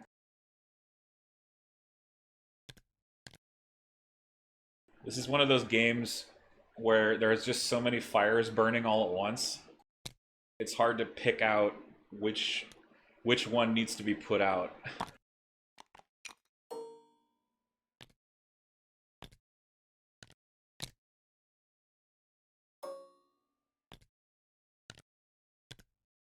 Oh, if Lando didn't die turn 1, this game would be over, frankly.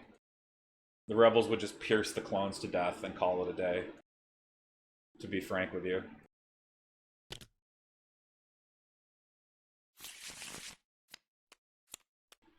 Okay, Orange picking up another drop. They'd get... oh, that's a tough choice. Field Scanner or Arc Welder. Puts the Arc Welder back. Well, especially hemmed in intercept, right? Like, this was hemmed in. The closest deployment in the game.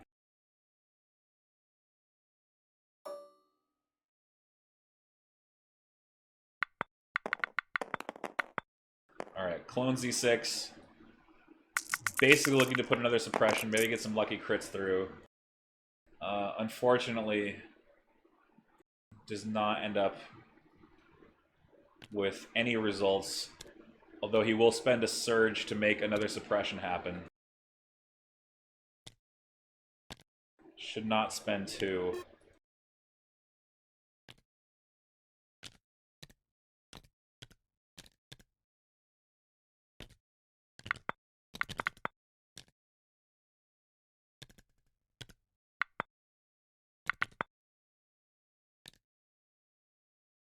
Thank you, Tumnus, for the stretch reminder. I'll go ahead and take care of that now. It's the 90-minute mark. It's a good time to stretch, so I'll be right back.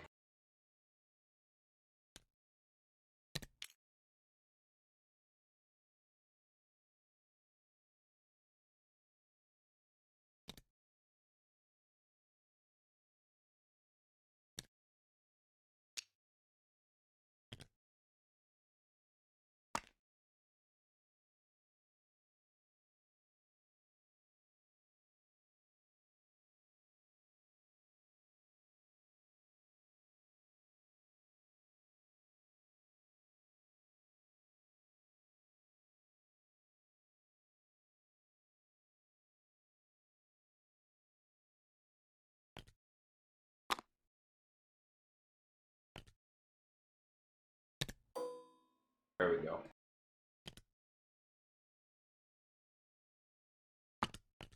Stretch those hamstrings out. Sitting a lot.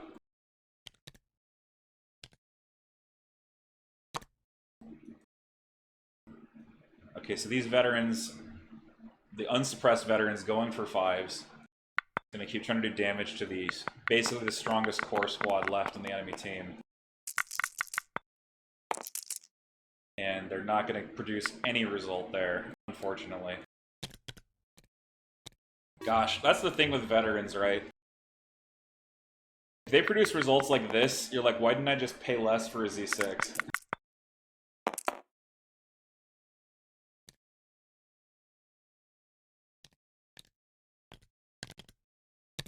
I agree, Kodak, they should have aimed and shot.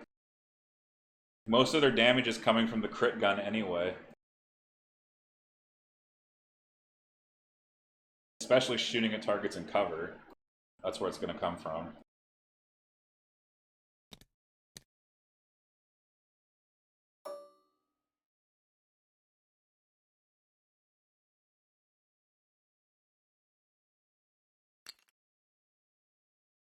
Alright, 5s is... What are you doing, 5s? 5s, what... Okay, can't get into melee. I guess he's trying to keep Sabine from gunslinging, but that's... In melee with Sabine is where Sabine wants him.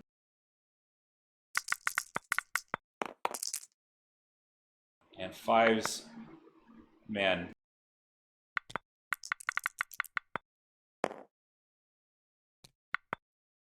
Alright, well when you can't stack aims because your entire team is suppressed, it turns out things get a lot more fair. Oh, 5's actually 2 actions here because he has 3 courage. Why is he engaging Sabine? Don't do this. Yeah, Sabine has the Darksaber. This is... I think this is an error. I sort of understand why he's doing this. He's like, well, if I engage her, she can only kill my 5 squad this turn. She can't kill my full arc with her gunslinger. So I sort of get why he's doing this. Oh, and he might actually not have the range anyway.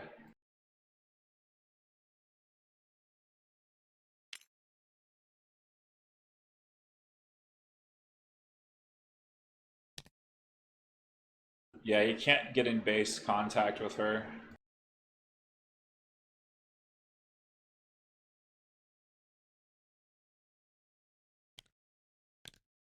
And that's also a good point, Hoyas. There's still lots of things that can kill those ARC troopers. Okay, so failing that, he takes a dodge token, which I think is correct, actually.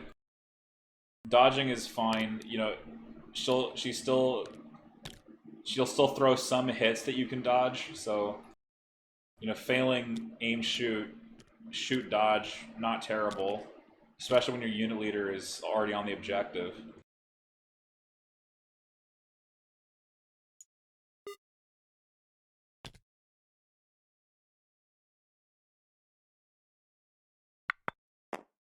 Alright, this is actually a very important veteran rally here. And they get 1 out, but not enough to get unsuppressed. These guys should be shooting orange and no one else. I feel like I've been saying shoot orange, shoot orange, shoot orange.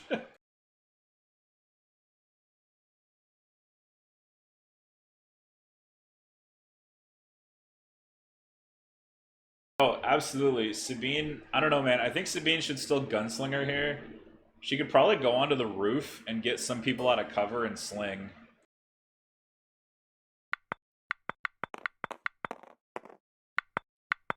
That's true, arcs are in the open. Never mind.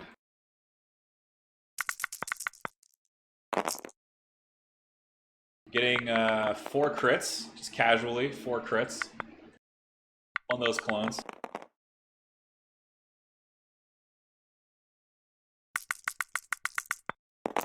And those clones are dead. No amount of surges are going to save them. Hello, what have we here? Rip.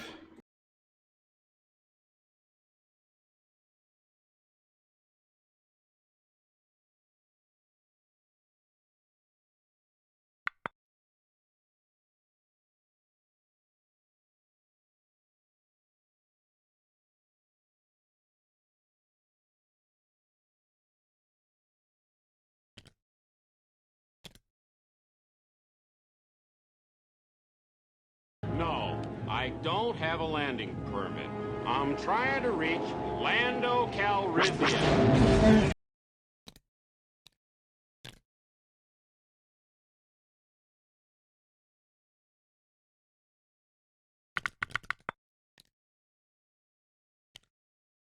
Alright, so the ATRT coming up again. I wonder if it has range on this sniper back here. Does it have range 4 back there? I'd be tempted to just try to aim shoot the sniper off the board. Or go for the veterans still. Oh, if he moves, he'll displace his ARC troopers.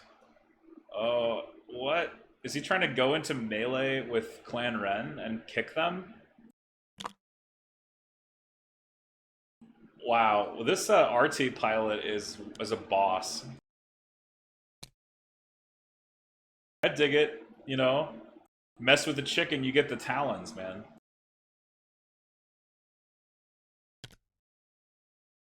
Those grappling claws that do 3 red, if I'm not mistaken.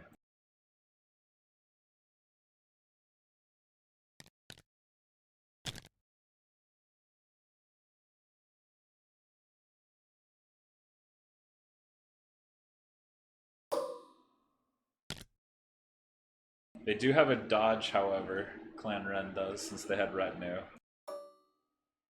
Okay, he's actually not going into...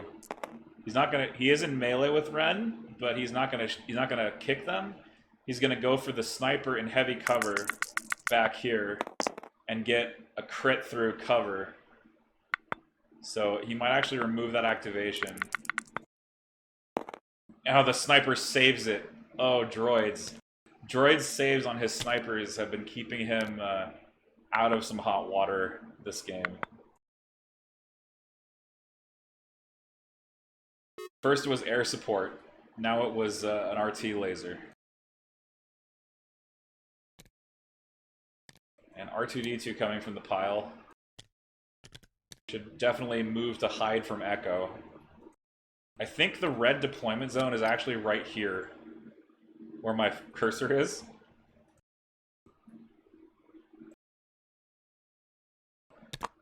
This R2 is actually going to score a secret mission right here. I think. He just needs to remember where the hemmed-in deployment zone is. Or actually, sorry, no, it's not that far at the board. It's actually back here. So I think he's secret missions here. Never mind. I thought it was up here, but it's one more range band back.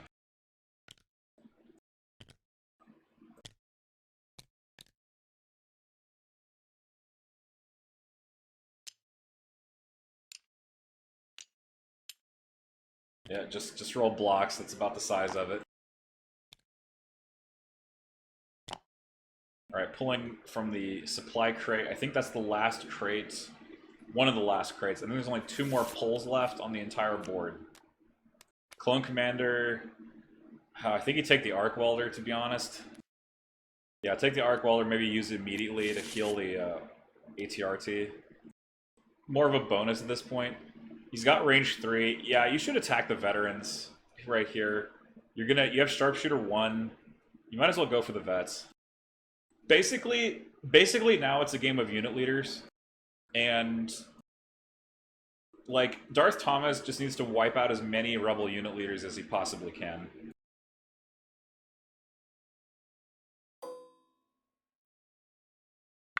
So he should really he should do what he's doing, which is basically ignore Clan Wren. They are only 2 unit leaders. If he can kill off, like, this sniper, this veteran, and this veteran, he's in much better shape suddenly. Okay, he does kill one of the veterans there. So nicely done, Clone Commander.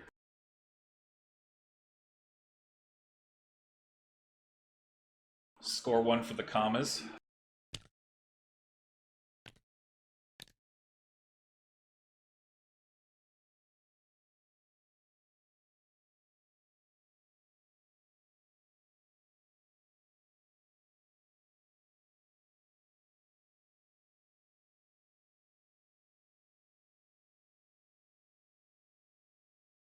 I think that did move him into range, though, in the open of a Mark II. Aim shoot, boys. Let's do this thing. There is a shared dodge. There's 2 surges. So spend that shared dodge. Roll 3 here.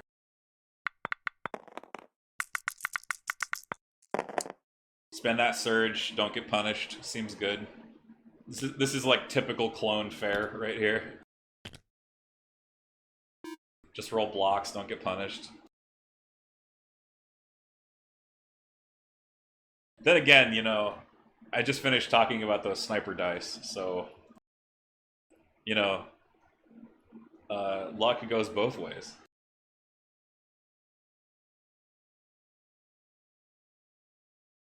The flows of magic are whimsical today.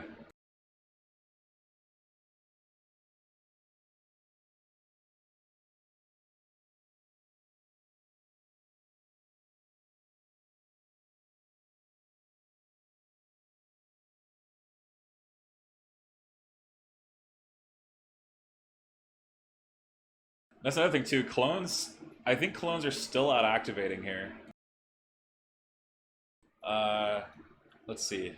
They've lost Arc Trooper, they've lost Phase 2, so they're on 7.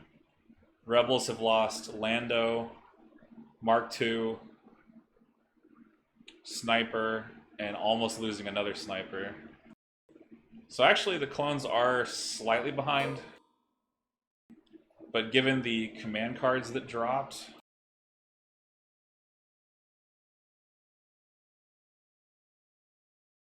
I think that explains the activation differential.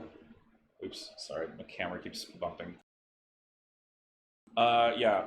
The thing is, though, Sabine's like in their faces. She already played Explosions, so she's feeling pretty good about her life right now. She had a very successful Explosions, relatively speaking, dealing 5 wounds to the clones between the bombs and her guns.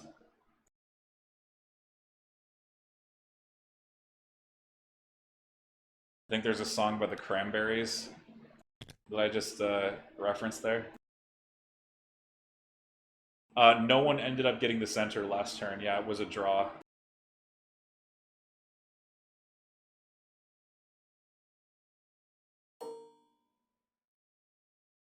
Okay, Laser RT going for that last sniper.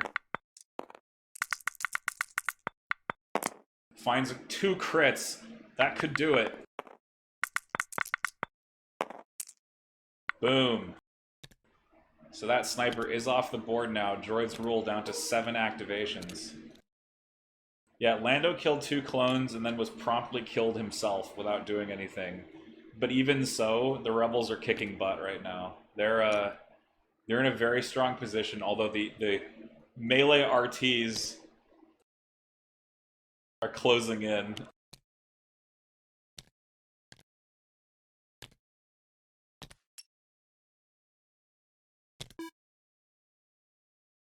Zyconia, I love that. I love this. I love that. If I could pin a chat message in Twitch, I'd pin it.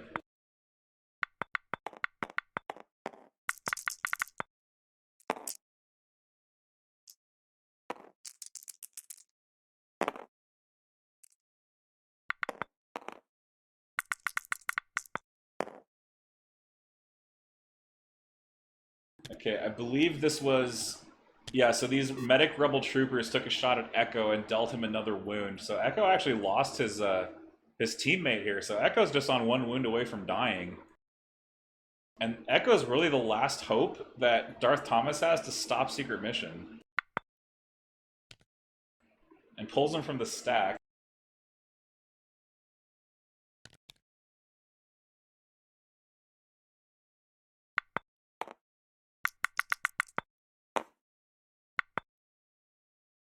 Echo failing the rally, 2 courage, he doesn't really care. Is he gonna move and shoot R2-D2?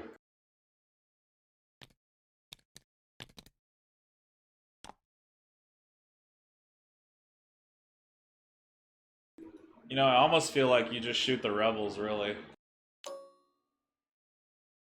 Because, like, apart from the Rebels and R2, what's actually gonna contest this objective here? Also, like, why not just peel an ITRT off and run towards this objective and just start beating everybody up over here? Also, one important feature of these ATRTs... Well, actually, no, because both of these units have jump. They don't actually do any blocking. So I was maybe he was thinking he could block their movement, but they jump, so this this movement doesn't really matter that much. Though I guess for purple, it gives purple a better angle on these troops here. Let's see what he's doing with Echo. Echo seems to be moving back and away. Maybe Echo's gonna try to kill the potato gun over here. Yep, he's going for the Simo in the Black Veteran Squad.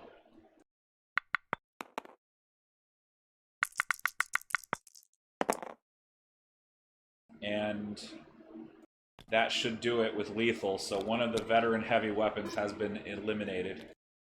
The Black Veteran Squad now on just a single leader left. The Rebels' defensive line is rapidly crumbling. Just getting chipped away, but Sabine Wren is on the case here. She's gonna jump in and do her stuff. She has some great opportunities to gunslinger.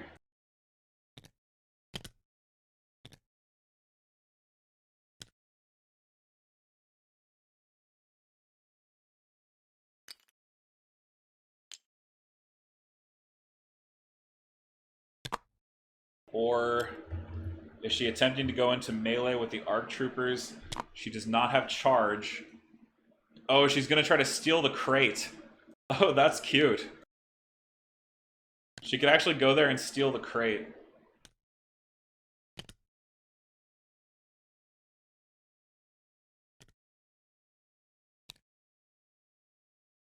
But no, I think jumping on top of the roof and slinging is the better call here.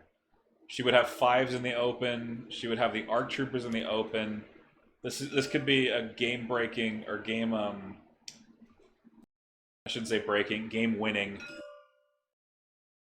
play here from Sabine. If she's able to kill this ARC trooper unit off and reduce 5s just to his unit leader. Very bloody game, both sides trading casualties. Yeah, I think you go for it. You go for it here. Yep, going for the arcs. They don't have access to surges even. They're in the open. This is the best time to kill them. She's going for it. 1, not enough. Impervious. Saves it. Arcs. Shrug it off. Gunslinger from Sabine into 5s in the open.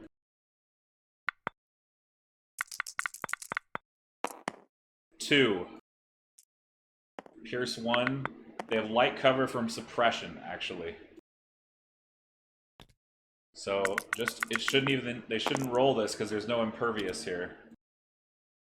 That's a mistake. Phase 2s don't have impervious. And he doesn't even need to roll it, he should just take the wound. There it goes. So Sabine with an opportunity there, unfortunately. The dice said no. Kodak may have jinxed him, I don't know. My Sabine always rolls bad here, and then, lo and behold.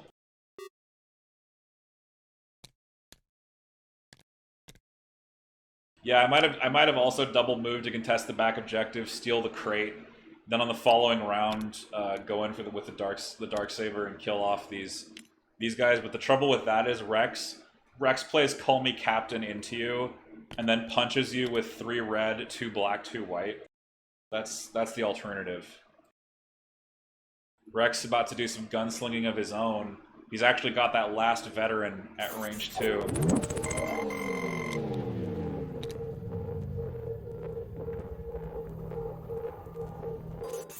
Welcome, viewers, from Timbo Stream. Hello, what have we here? We're in a very bloody fight between the rebels and the clones here. Yeah, they're basically ignoring each other. Rex basically just going for the unit leaders back here. Yeah, it gets 2 after. No Pierce, though. Will it matter? It almost mattered. He almost rolled the double block there.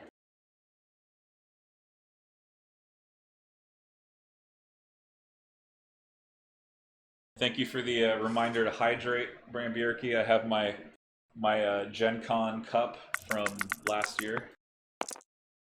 I have a nice big tumbler full of Diet Coke because I'm addicted to this stuff, unfortunately. Okay, he was able to remove the unit leader, shooting Clan Wren. Clan Wren doesn't care. They rolled their block surge.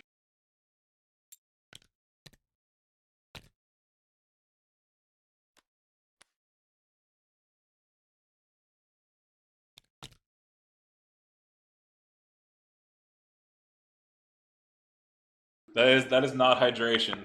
Good point. Good point. Don't I have a water bottle around here?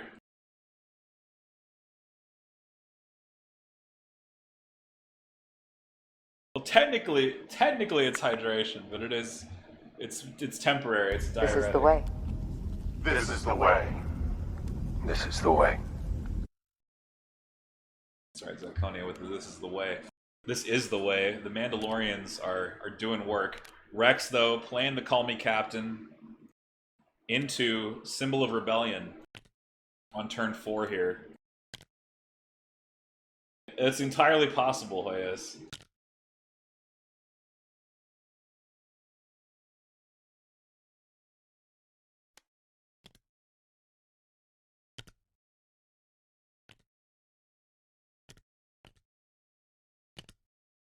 Oh yeah, I'm trying to turn the turn counter. So despite Lando... The name's Rex. But you'll call me Captain or Sir.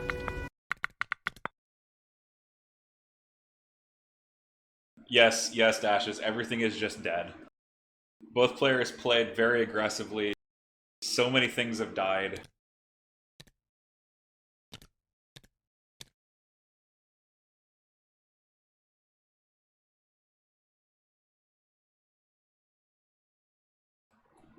Alright, so the Call Me Captain is down. Sabine getting her order. Retinue issuing the dodge. Arcs get pulled from the stack. I think Hoyas is correct. If the arcs split fire here, they can add Rex's dice 2 times. So if you shoot the piercing gun at Sabine, and you shoot the pistol at Clan Wren, you're going to get a lot more dice that way. They pull from the stack, they get a rangefinder, they also get a field scanner.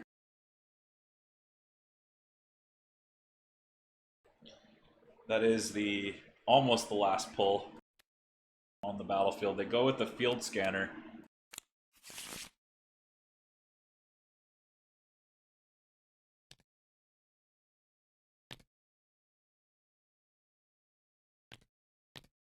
And we should be seeing a split fire here into Sabine and the Clan Wren. They're backing up, getting tactical.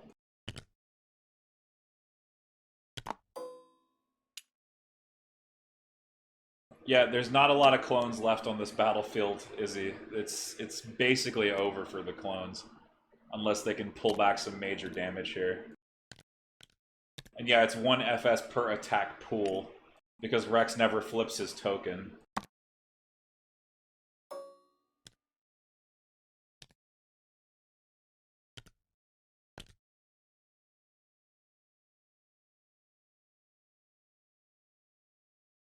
Alright, so our troopers actually not going to split here, just going all in on Sabine. And... I don't even think you, yeah, you reroll your results or you don't go for lethal. Yeah, so you rerolls, it's going to be 7 down to 5, or sorry, 7 down to 6 because they have sharpshooter. Sabine with a shield token here, probably going to spend it. VP is currently tied 1-1. Sabine shrugs most of it. She'll take a single wound and exhaust her shield.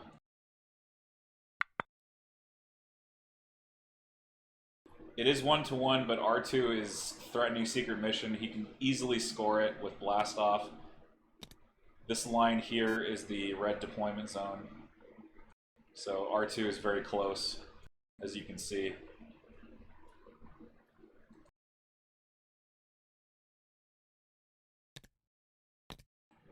Yeah, Sabine needs to move into Rex and swing, I think. Just to shut down Call Me Captain. Sabine gets the free recover, and she goes into Rex. There we go. Yeah, it's Rebel R2. There's no clone R2. Surprisingly, no clone R2.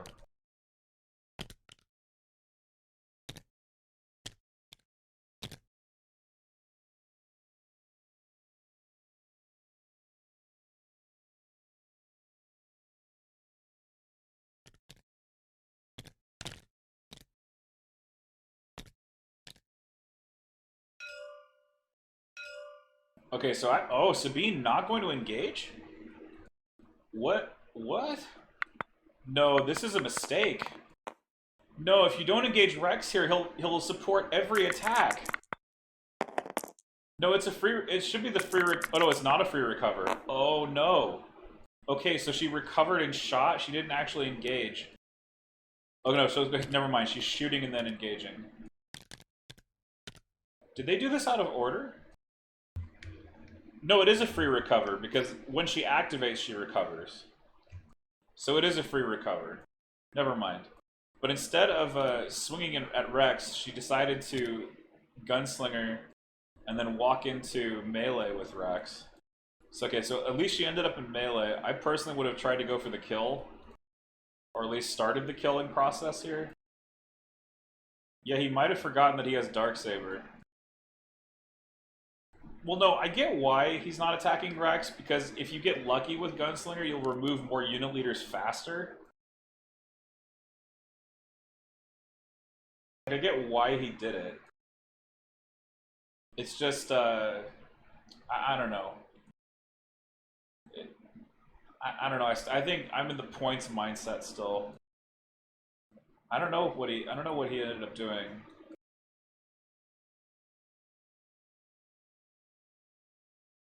I mean, yeah, the arcs are dead to Mandalorians here. Yeah, Rex is fully healthy. No, I totally get it, Thrawn. Like, I get why he did it. He's trying to remove unit leaders because it's intercept. Yeah, he killed the clone from 5s.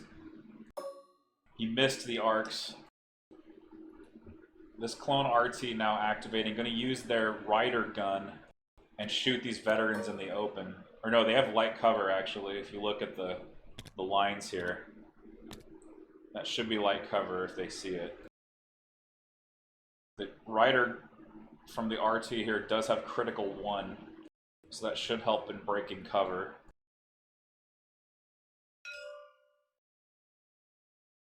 Droids will pinging that crate saying, yes, I have light cover. 2 of my miniatures are center aligned.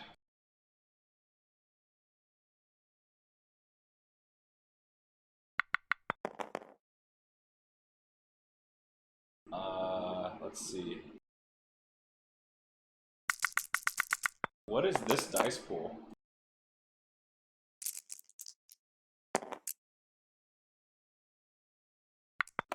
Oh, this is 5's fire supporting the clone rider gun, and he gets the full wipe. Nice work. That's actually pretty cool play right there. 5's FS. 5's FS plus the rider rifle. I say rifle because I played Rebel RT so much. It's actually a rocket launcher technically.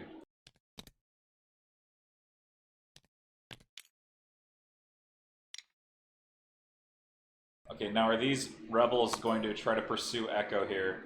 They'll have Echo. That's actually open, believe it or not. Troopers kill Echo. Let's go. 40-point ARC Trooper. Time to die.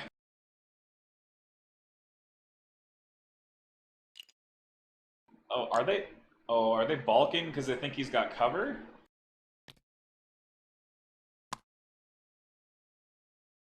No, he's adjusting. He's gotta shoot Echo here. Don't shoot 5s, shoot Echo.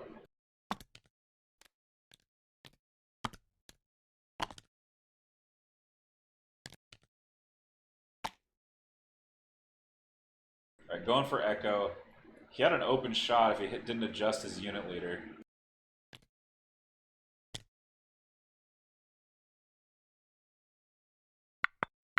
Alright, let's see what he can produce here. Maybe the dice will help. Needs crits. Nothing. If he kept that open shot, it would have been 1.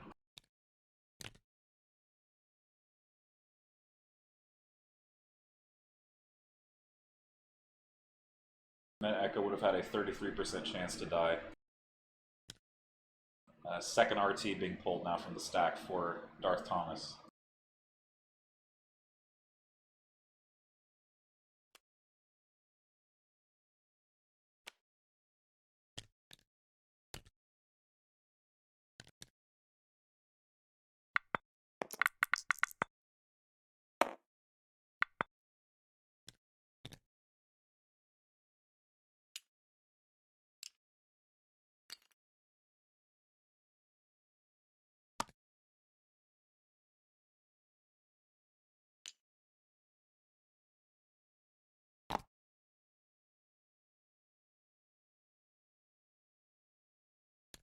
Now Echo's gonna see if he can give some troopers here some hell maybe, or maybe shoot R2-D2 in the cover. Not a fan personally. It would take at least 3 shots from Echo to kill these rebel troopers, and he doesn't have that kind of time. I don't think there's any way that Echo can stop R2-D2, especially when R2-D2 plays Blast Off on 6. This isn't gonna... I mean, this could help because he has an RT that could potentially shoot that squad.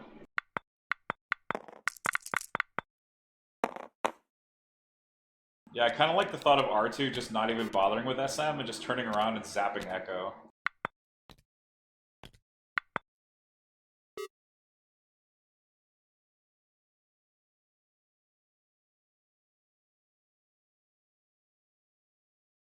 Plenty of time on the clock here.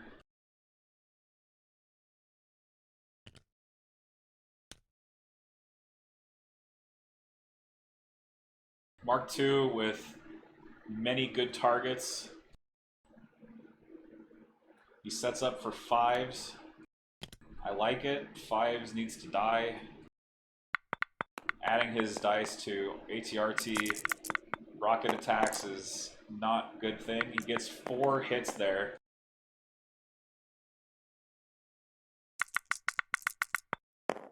Fives will take a wound, but not die just yet. He does have 2 wounds there. 5's up to 3 suppression. Sorry, 4 suppression, excuse me.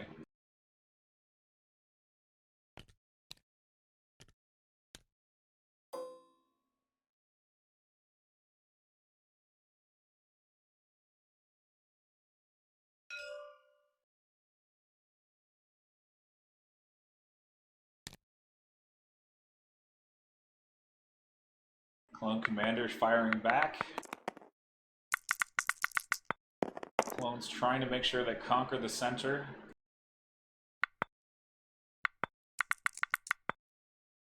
Just 1, but it does stick, so 1 out of 4 there. Will the Mark II's extra health be the difference?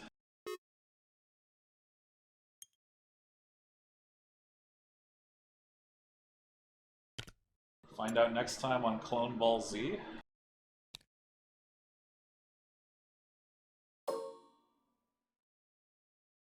Yeah, let's go, R2. Yes. Yes, bravo. Let's go. Let's go, R2. Oh, he's shorter range. Gosh darn it.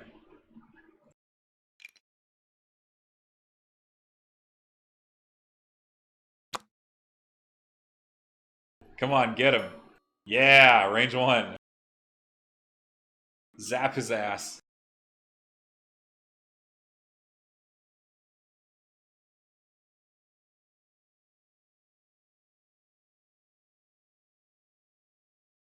Alright, 3 white, surging, suppressive.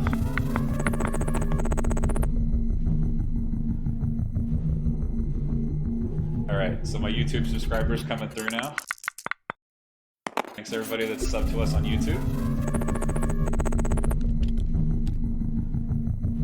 R2 just doing a suppression to echo here.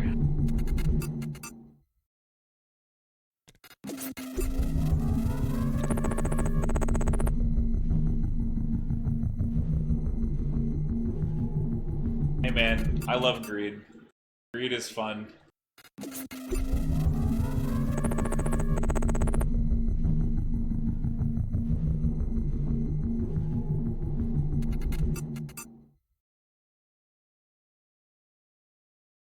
So those are all my YouTube subs today that randomly decided to come through.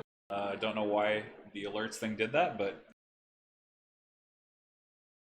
thanks everybody who is subscribed, whether that's here or on YouTube. I'm going to start dropping battle reports at least every week. Or I shouldn't say battle reports, I should say video on demand of prior games from Invader League Season 6. Battle reports they are not, they are actually TTS games. Casted TTS games. We're going to drop at least one every week for a good bit here. A lot of ground to cover, a lot of thumbnails to create. That oh, that's a good point, Deco. I think that should be more suppression on Echo.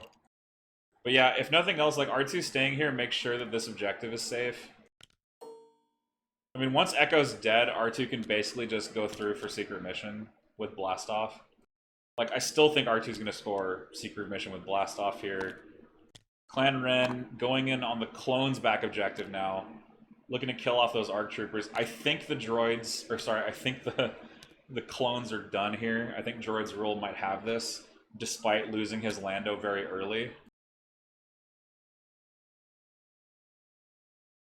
The constant Pierce, and then Clan Wren, of course, just being very troublesome. Oof, that is a bad roll from Wren, though. It could still be enough. I don't know if they're close enough to grab the surge from 5s. They'll shrug 1 wound, so I believe that ARC Trooper is going to go down.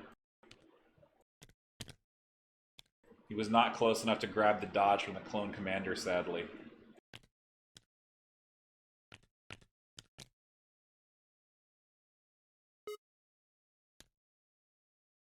Still 2 turns to go. The clones may very well end up tabled here by the amount of Pierce that's left on the board from between Lethal from Tristan and the Darksaber or Gunslinger from Sabine here. Clone Commander is going to move on to the objective. The clones will take the middle. Rex is activating and withdrawing. He is not going to punch Sabine.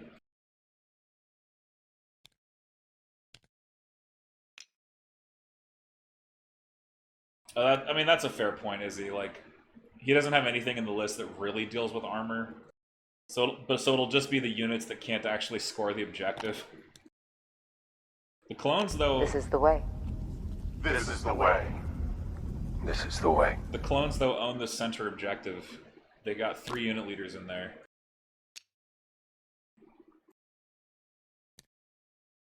So Rex disengaging from Sabine. He might head to the rear objective here. It's going to be a really interesting couple of final turns here. The clones do not score their home objective. The rebels score their home objective. But the clones score the middle objective. So the game is still tied at 2 points to 2 points. R2 secret mission on the table.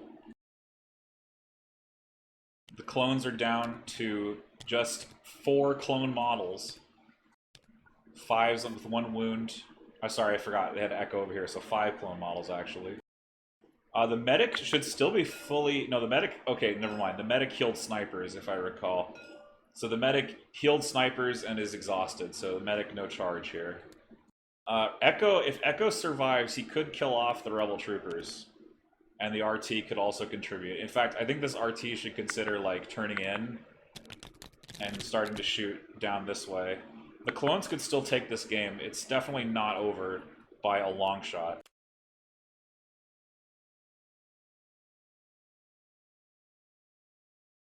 Turn 5 now. The score still tied at 2. Blastoff coming for the rebellion. Attack of the clones for the clones.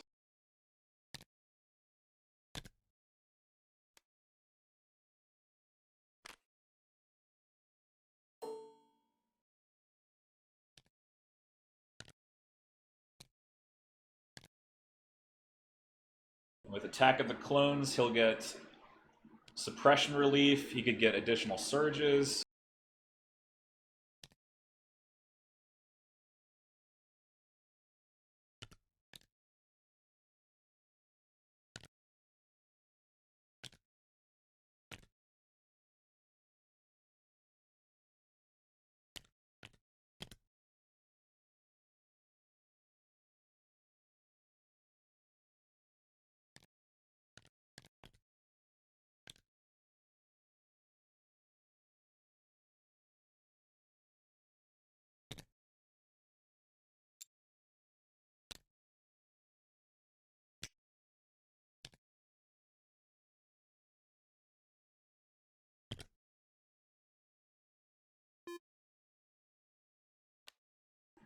Alright, so with the command phase completed, going back in, Rebels pull an operative off the top, so that is going to be Sabine Wren. Sabine Gunslinger is definitely the call. In fact, I think you aim in Gunslinger just to make sure that these attacks land. She's going to kill 5s and an ARC Trooper if she gets the required paint here.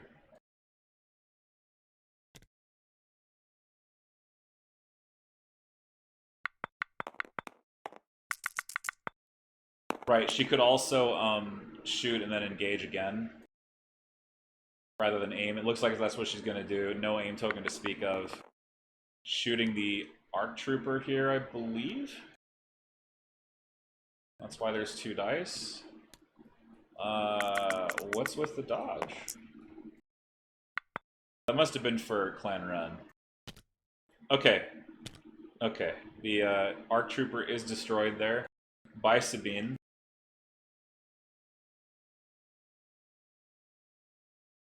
Nicely done. And shooting at 5s and gets the crit. 5s is down. Nice gunslinger by Sabine, cleaning up 2 activations in 1 move. That is the beauty of late game gunslinger. On display right there. Sabine Wren putting on a show here in the last moments of this round of 64 game in Invader League Season 6. And going into melee with Clone Captain Rex.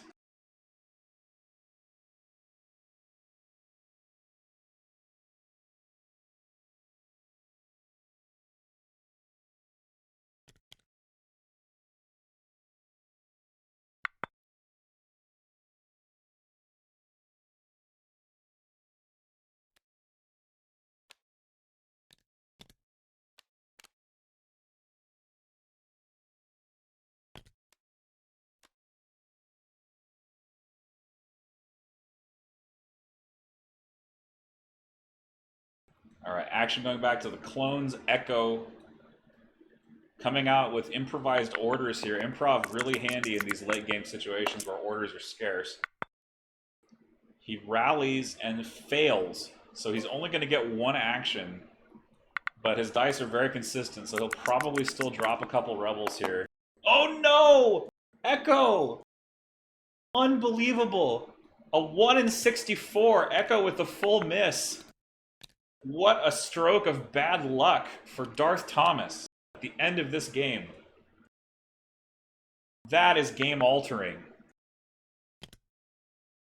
That means it's not possible for Echo to kill these troopers by himself. And what's worse, they have a good chance of killing him. I am altering the deal. Pray I don't alter it any further.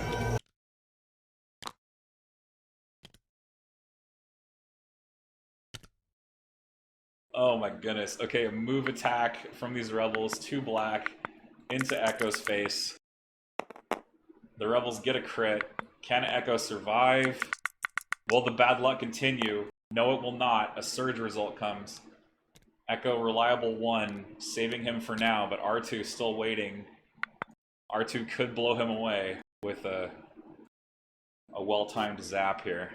Could end his existence. The clone's down to Rex, a clone commander, Echo, and 2 ATRTs.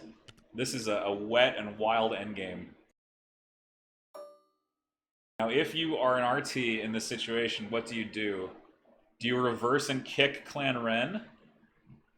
Do you laser the Mark II? I think you reverse and kick Clan Wren, personally, but he might be coming over here to help out Echo. In fact, this RT might have an open shot if it moves correctly. That range 4 laser cannon could come in clutch here.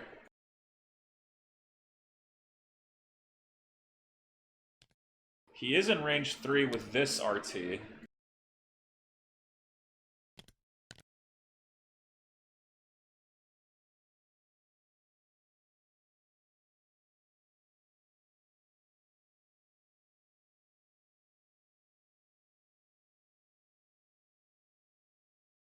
Oh. Okay, an aim. Okay, so it's going to be an aimed rocket pack from this this clone RT. Or aimed. It's the Merson rocket launcher. It's just weird to me that he has a rocket launcher, but apparently that's how it works. Crit 1 coming in, potentially a wound here. He took an aim token. She should. Do you spend it? Oh, I think you spend it on both results here. Okay, so nothing further from it. Just does deal a wound there. A suppression for those rebel troopers who are not near any commander. So these rebel troopers could panic off the point if they are suppressed enough by the end of this turn. Clan Wren is going to go for the clone commander in the open over here, if they can get far enough over.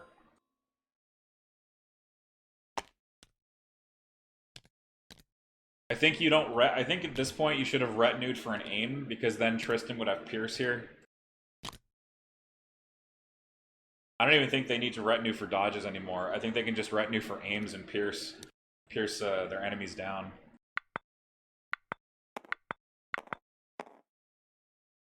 It's a small thing, but significant.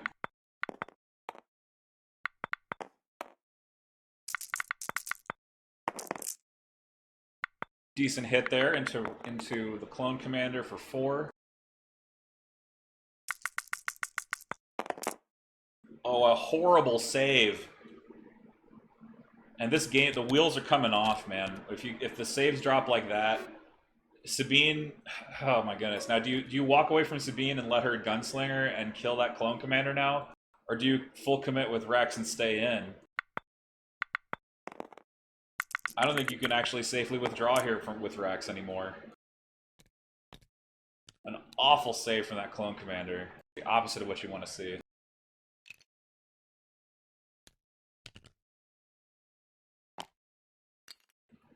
Oh, do not do this. Man.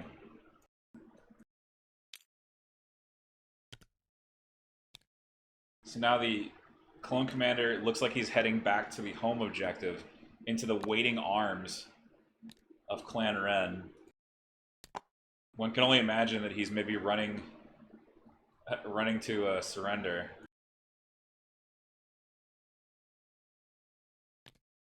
Okay, he's at least trying to get away from the range of the Mark II for the turn. So he can move here and try to shoot at Clan Wren, I guess. It's so awkward. All this situation is very awkward.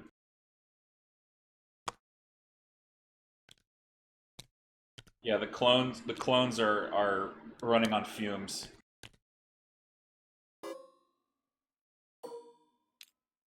I think the rebels will take it down, but I don't want to call the game too early. Okay, R2 just...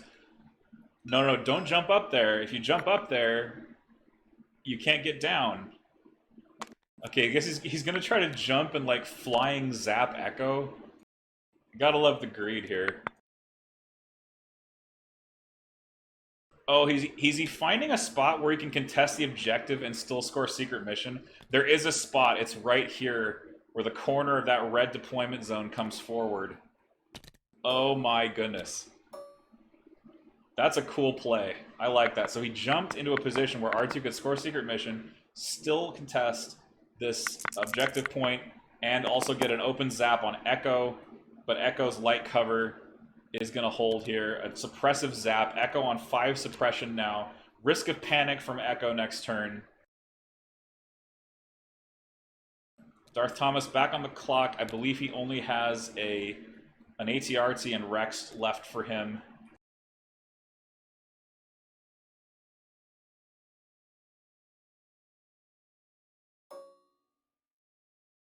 Quite an ending here. Those ATRTs are just useless on intercept. All they do is damage and displacement. But displacement does not help you win the objective. Usually. Sometimes they can block like a key position. But ATRT are pretty awful on intercept the transmissions, I'll just say. Okay, doing a laser here. And getting a decent amount of hits, but he'll have to reroll those hits because that crit is going to go through. Does not reroll into any crits. Potentially another wound for the rebels. They'll save it anyway. Just suppression. The rebels now just on 1 suppression after Echo's... After the horror, it was just horror of Echo missing that shot. That is just the worst.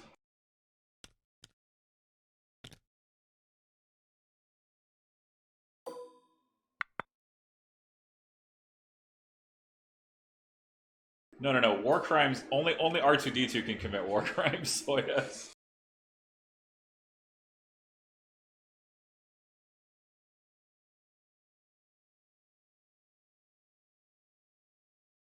The war crime is R2-D2 rolling 5 out of 6.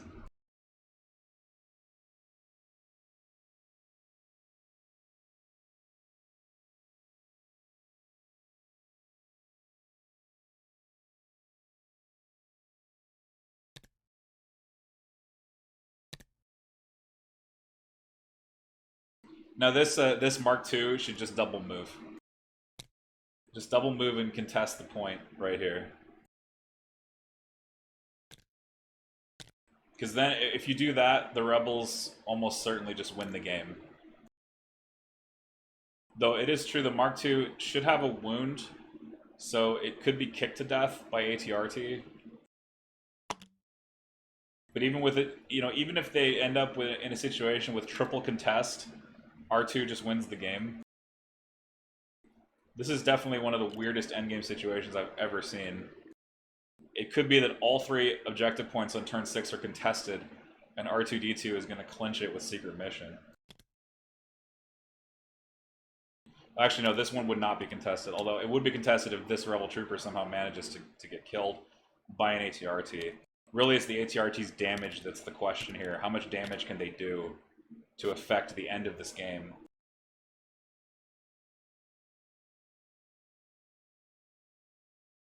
Oh, move standby, definitely Izzy. I think that would have been better. He probably didn't consider it.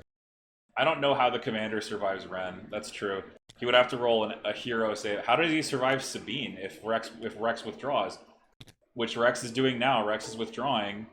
What command cards are even left? So for the clones, it's Clankers, isn't it? Or push? Let's look really quickly at the clone list. We can actually know what the remaining cards are if we look at the clone list. It is Clankers. Okay, interesting. And for the rebels, it should be that covering fire. Turn 6, they place standing orders to get an order probably onto Sabine, if I had to wager that. And I mean, basically Ursa Wren should retinue and aim here. Don't even bother with a dodge anymore. They cannot actually kill you.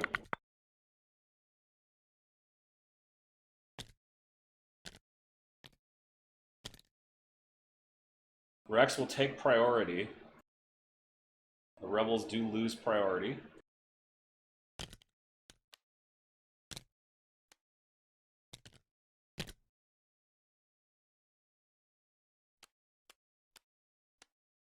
Yeah, standby would have at least forced a choice about withdrawing.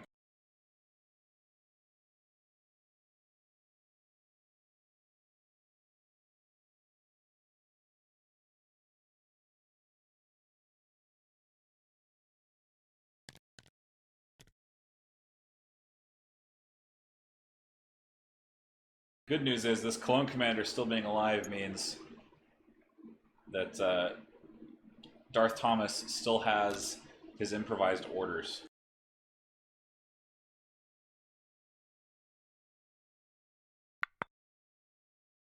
Yeah, this is a very, it's just a bizarre scenario where all 3 objectives are in play. R2-D2 is the problem, though. The clones are going to have to score an objective here, and I don't know if they can do it with Sabine and Clan Wren making things difficult. I mean, really, the rebels don't want any... If the rebels win if no one scores, so all the rebels have to do is just tie everything up, and then R2 wins the game of SM.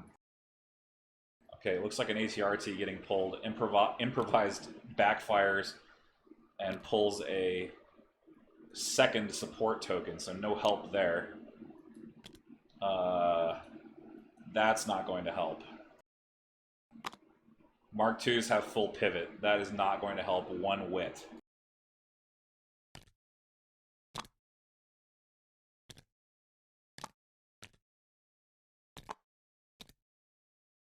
I guess maybe he's trying to enter melee? I don't know. That doesn't help you because you can just walk around him. So that I think that's not a complete understanding of the melee rules. Sabine's going to activate, though, and finish off the clone commander. I think Sabine's going to seal the game here with killing the clone commander.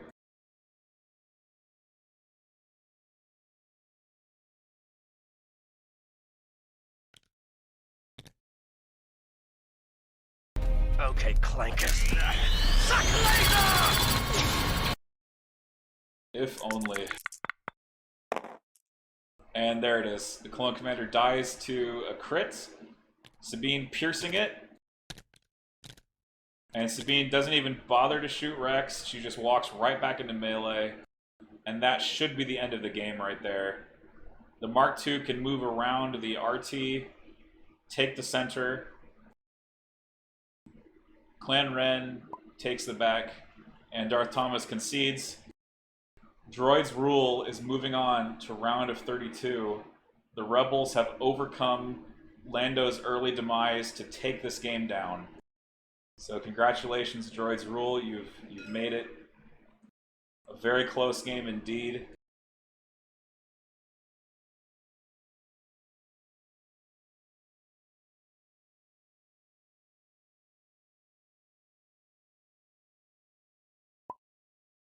This is the way. This is the way. This is the way. Hello, what have we here? Okay, so the players have agreed. They're gonna see if R2 can kill Echo or not. So they're gonna see if Echo... Actually, let's see if Echo panics first. Echo might actually panic here. Okay, Echo survives. He's gonna try to shoot the rebels. He probably kills the rebels with lethal. Yeah, rebels die to lethal. And then R2 goes for Echo. See if he can do it. Light cover, boys. Aim zap. One needs a second. Nope. So, could not, Oh, there's no aim for lethal. Oh, wild, never mind. Thanks. Okay, R2 whiffed. I'm gonna go talk to them. Sorry guys, I called that very poorly. I was kind of roughing it. Hang on, I'll go and I'll go in and talk to the guys. Hello? David, Hey, what's David. up? Hey. That was a game. Oh yeah. That was something else. Some wild events. Gosh. This So who entire thing, like in turn 3, decided it. would have thought that the end of the game would be like, hey, almost every objective is like contested and R2 has secret mission. Whoops. Yep. Yeah, it was like 1 act versus 1 act on every single one, except that dumpster fire over here with R2 and a naked rebel unit fighting Echo. And the Oh fact my that, God. oh cool, you're rolling 2 dice, 2 red dice, and you have a 1 in 64 chance of this actually happening. Yeah, and like the one time it happens, it was like I was shocked. It was just a dagger to the heart. seeing Yeah, it I'm just roll sitting double there and it's blank. like, yeah, and it's just sitting there and it's like, okay, cool. I guess I'm 100% not winning this game. At this You're just like, come on, game. He doesn't need me to do that. No. No, he's already the lead. Yep. Oh gosh. So some folks are asking in the chat, So Lando died really quickly, and people were lamenting his death in the chat. 'Cause they Yeah. wanted to see him play more. Everyone can know I'm just a dingus who poorly pre-measured. Like, I would have had an order token on him turn 1, and then he wouldn't have activated mid-turn to get shot by clones. But Yeah. this is top 64, guys, not like top 2. I'm not that good, so Oh. so he walked out. He did kill 2 clones, and I was like, oh yeah, this is gonna be Lando's game. And then he promptly got like just burned by. He got waxed. I mean, I'm amazed that you threw him out here to begin. You threw him that far out to begin with, based on the fact that I still had a deployment. I had plans. So I've played a previous game on this map where I did that same thing, and he was Yeah. able to kind of be really obnoxious right here. And then like when you think you're about to kill him, I could. So like R2 had a really safe secret mission, so I could have actually contingency'd for Idiot's Array and just gone like balls to the wall killing clones. Yeah. Not having him was really rough because he and Sabine together are definitely like the pierce weapons against clones. Yeah. Yeah, I mean, the rebels were just piercing the clones to death. It was like Sabine gunslinging like almost every turn and just killing stuff basically every time she shot. You had Clan Wren, even though they weren't piercing things, they still could break the saves with the fact that they're throwing like 7 dice with Surge. And then, they have suppressive on top of that. Right, and then you had the potato gun veterans coming in, shooting at clones and like chipping down clones past their cover. So I mean, the list has plenty of firepower. I was thinking, like, what if you could pull some mad tricks out with Sabine, like if you play Legacy of Mandalore for a dodge, and you have the veterans in position, you can like fire support each gunslinger. Like that's crazy to think about. You'd even fire support Lando for the cover subversion, right? Yeah, that's why I wanted to get rid of Lando as soon as possible, because that is just a disgusting dice pool to deal with. I'm reminded of Cowboy Tyrone's Wookiee list. He uses fire support in that manner with like Cassian, right? Mm-hmm. And so like I'm wondering if veterans, if there's some play taking like naked vets just for the Mark IIs. He seems to do it pretty successfully, but it's an interesting idea. But I gotta say, like, it didn't seem like Lando dying actually slowed you down at all, droids. Like, the list was just humming along just fine. It's like, okay, cool. We lost vigilance, whatever. We're just gonna wreck house because we have explosions. Yeah, I felt like it kept it together pretty well, but I feel like it would have been less close if he lived a few more turns, because he would have picked up another squad of Phase 2s. Oh yeah, for sure. I'm feeling similar. The ATRTs were an interesting choice. They did some work. I just don't know. I don't know. I feel like with Rex, you just need to go all in on Clone Trooper. Well, like, the ATRTs are more for, like, anti-tanks. Oh yeah, it's a meta Yeah. call, right? Yeah, they were more a meta call for the AATs and the the sabers and whatnot. And so like pulling this is not an ideal matchup, but I mean they work Yeah. somewhat. This is like it's still they still did damage where you had the ability to shoot into light cover. Yeah. Like they can still do damage. They can still fire support, and actually that Mhm. fire support with 5s was pretty awesome.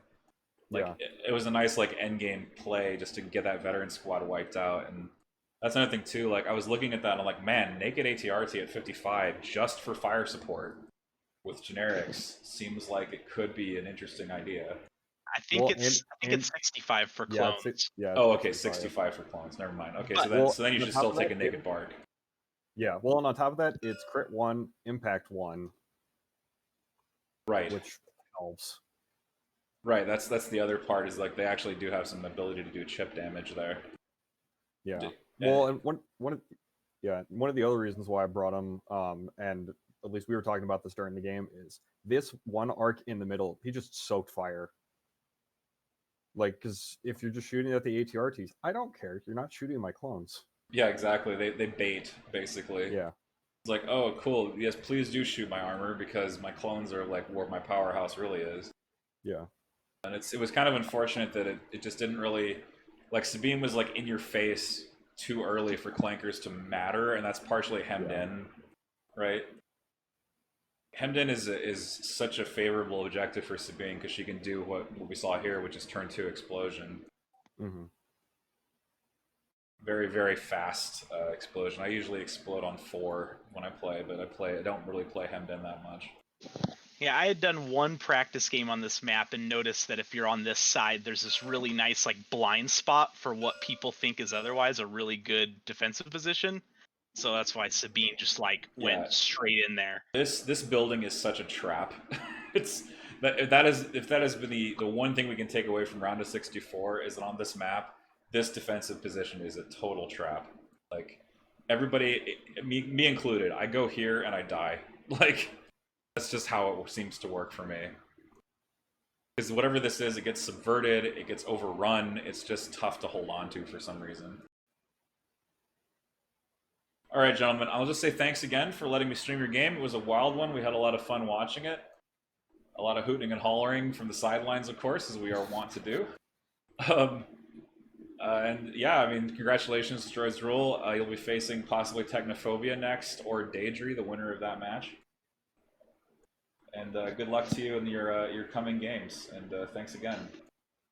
Thanks for streaming. And just to let you know, Thomas and I are actually going to be on a team together in your team league. Oh, so. Awesome. Okay, great. We've been hashing that out for the last couple of days. Good. Well, I'll be happy to see you when registration opens in April. Awesome. Thank you. All right, thanks everybody. Thanks for streaming. Good night. Okay, thank you everybody who is out there at Streamland as well. We're gonna wrap it up here tonight. Let's take a look at this commercial for Yavin Bay's Team League. Coming soon, 2 divisions, 5-player teams. Registration opens next month, April 20th.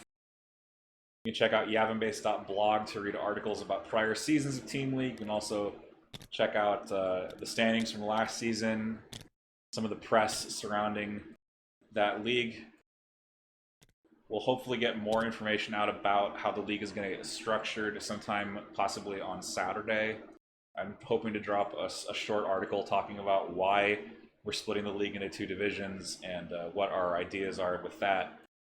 But please do keep an eye out if you're interested in forming a team. Just get your folks ready and prepare to register next month.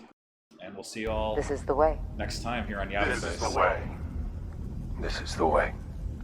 This is the way.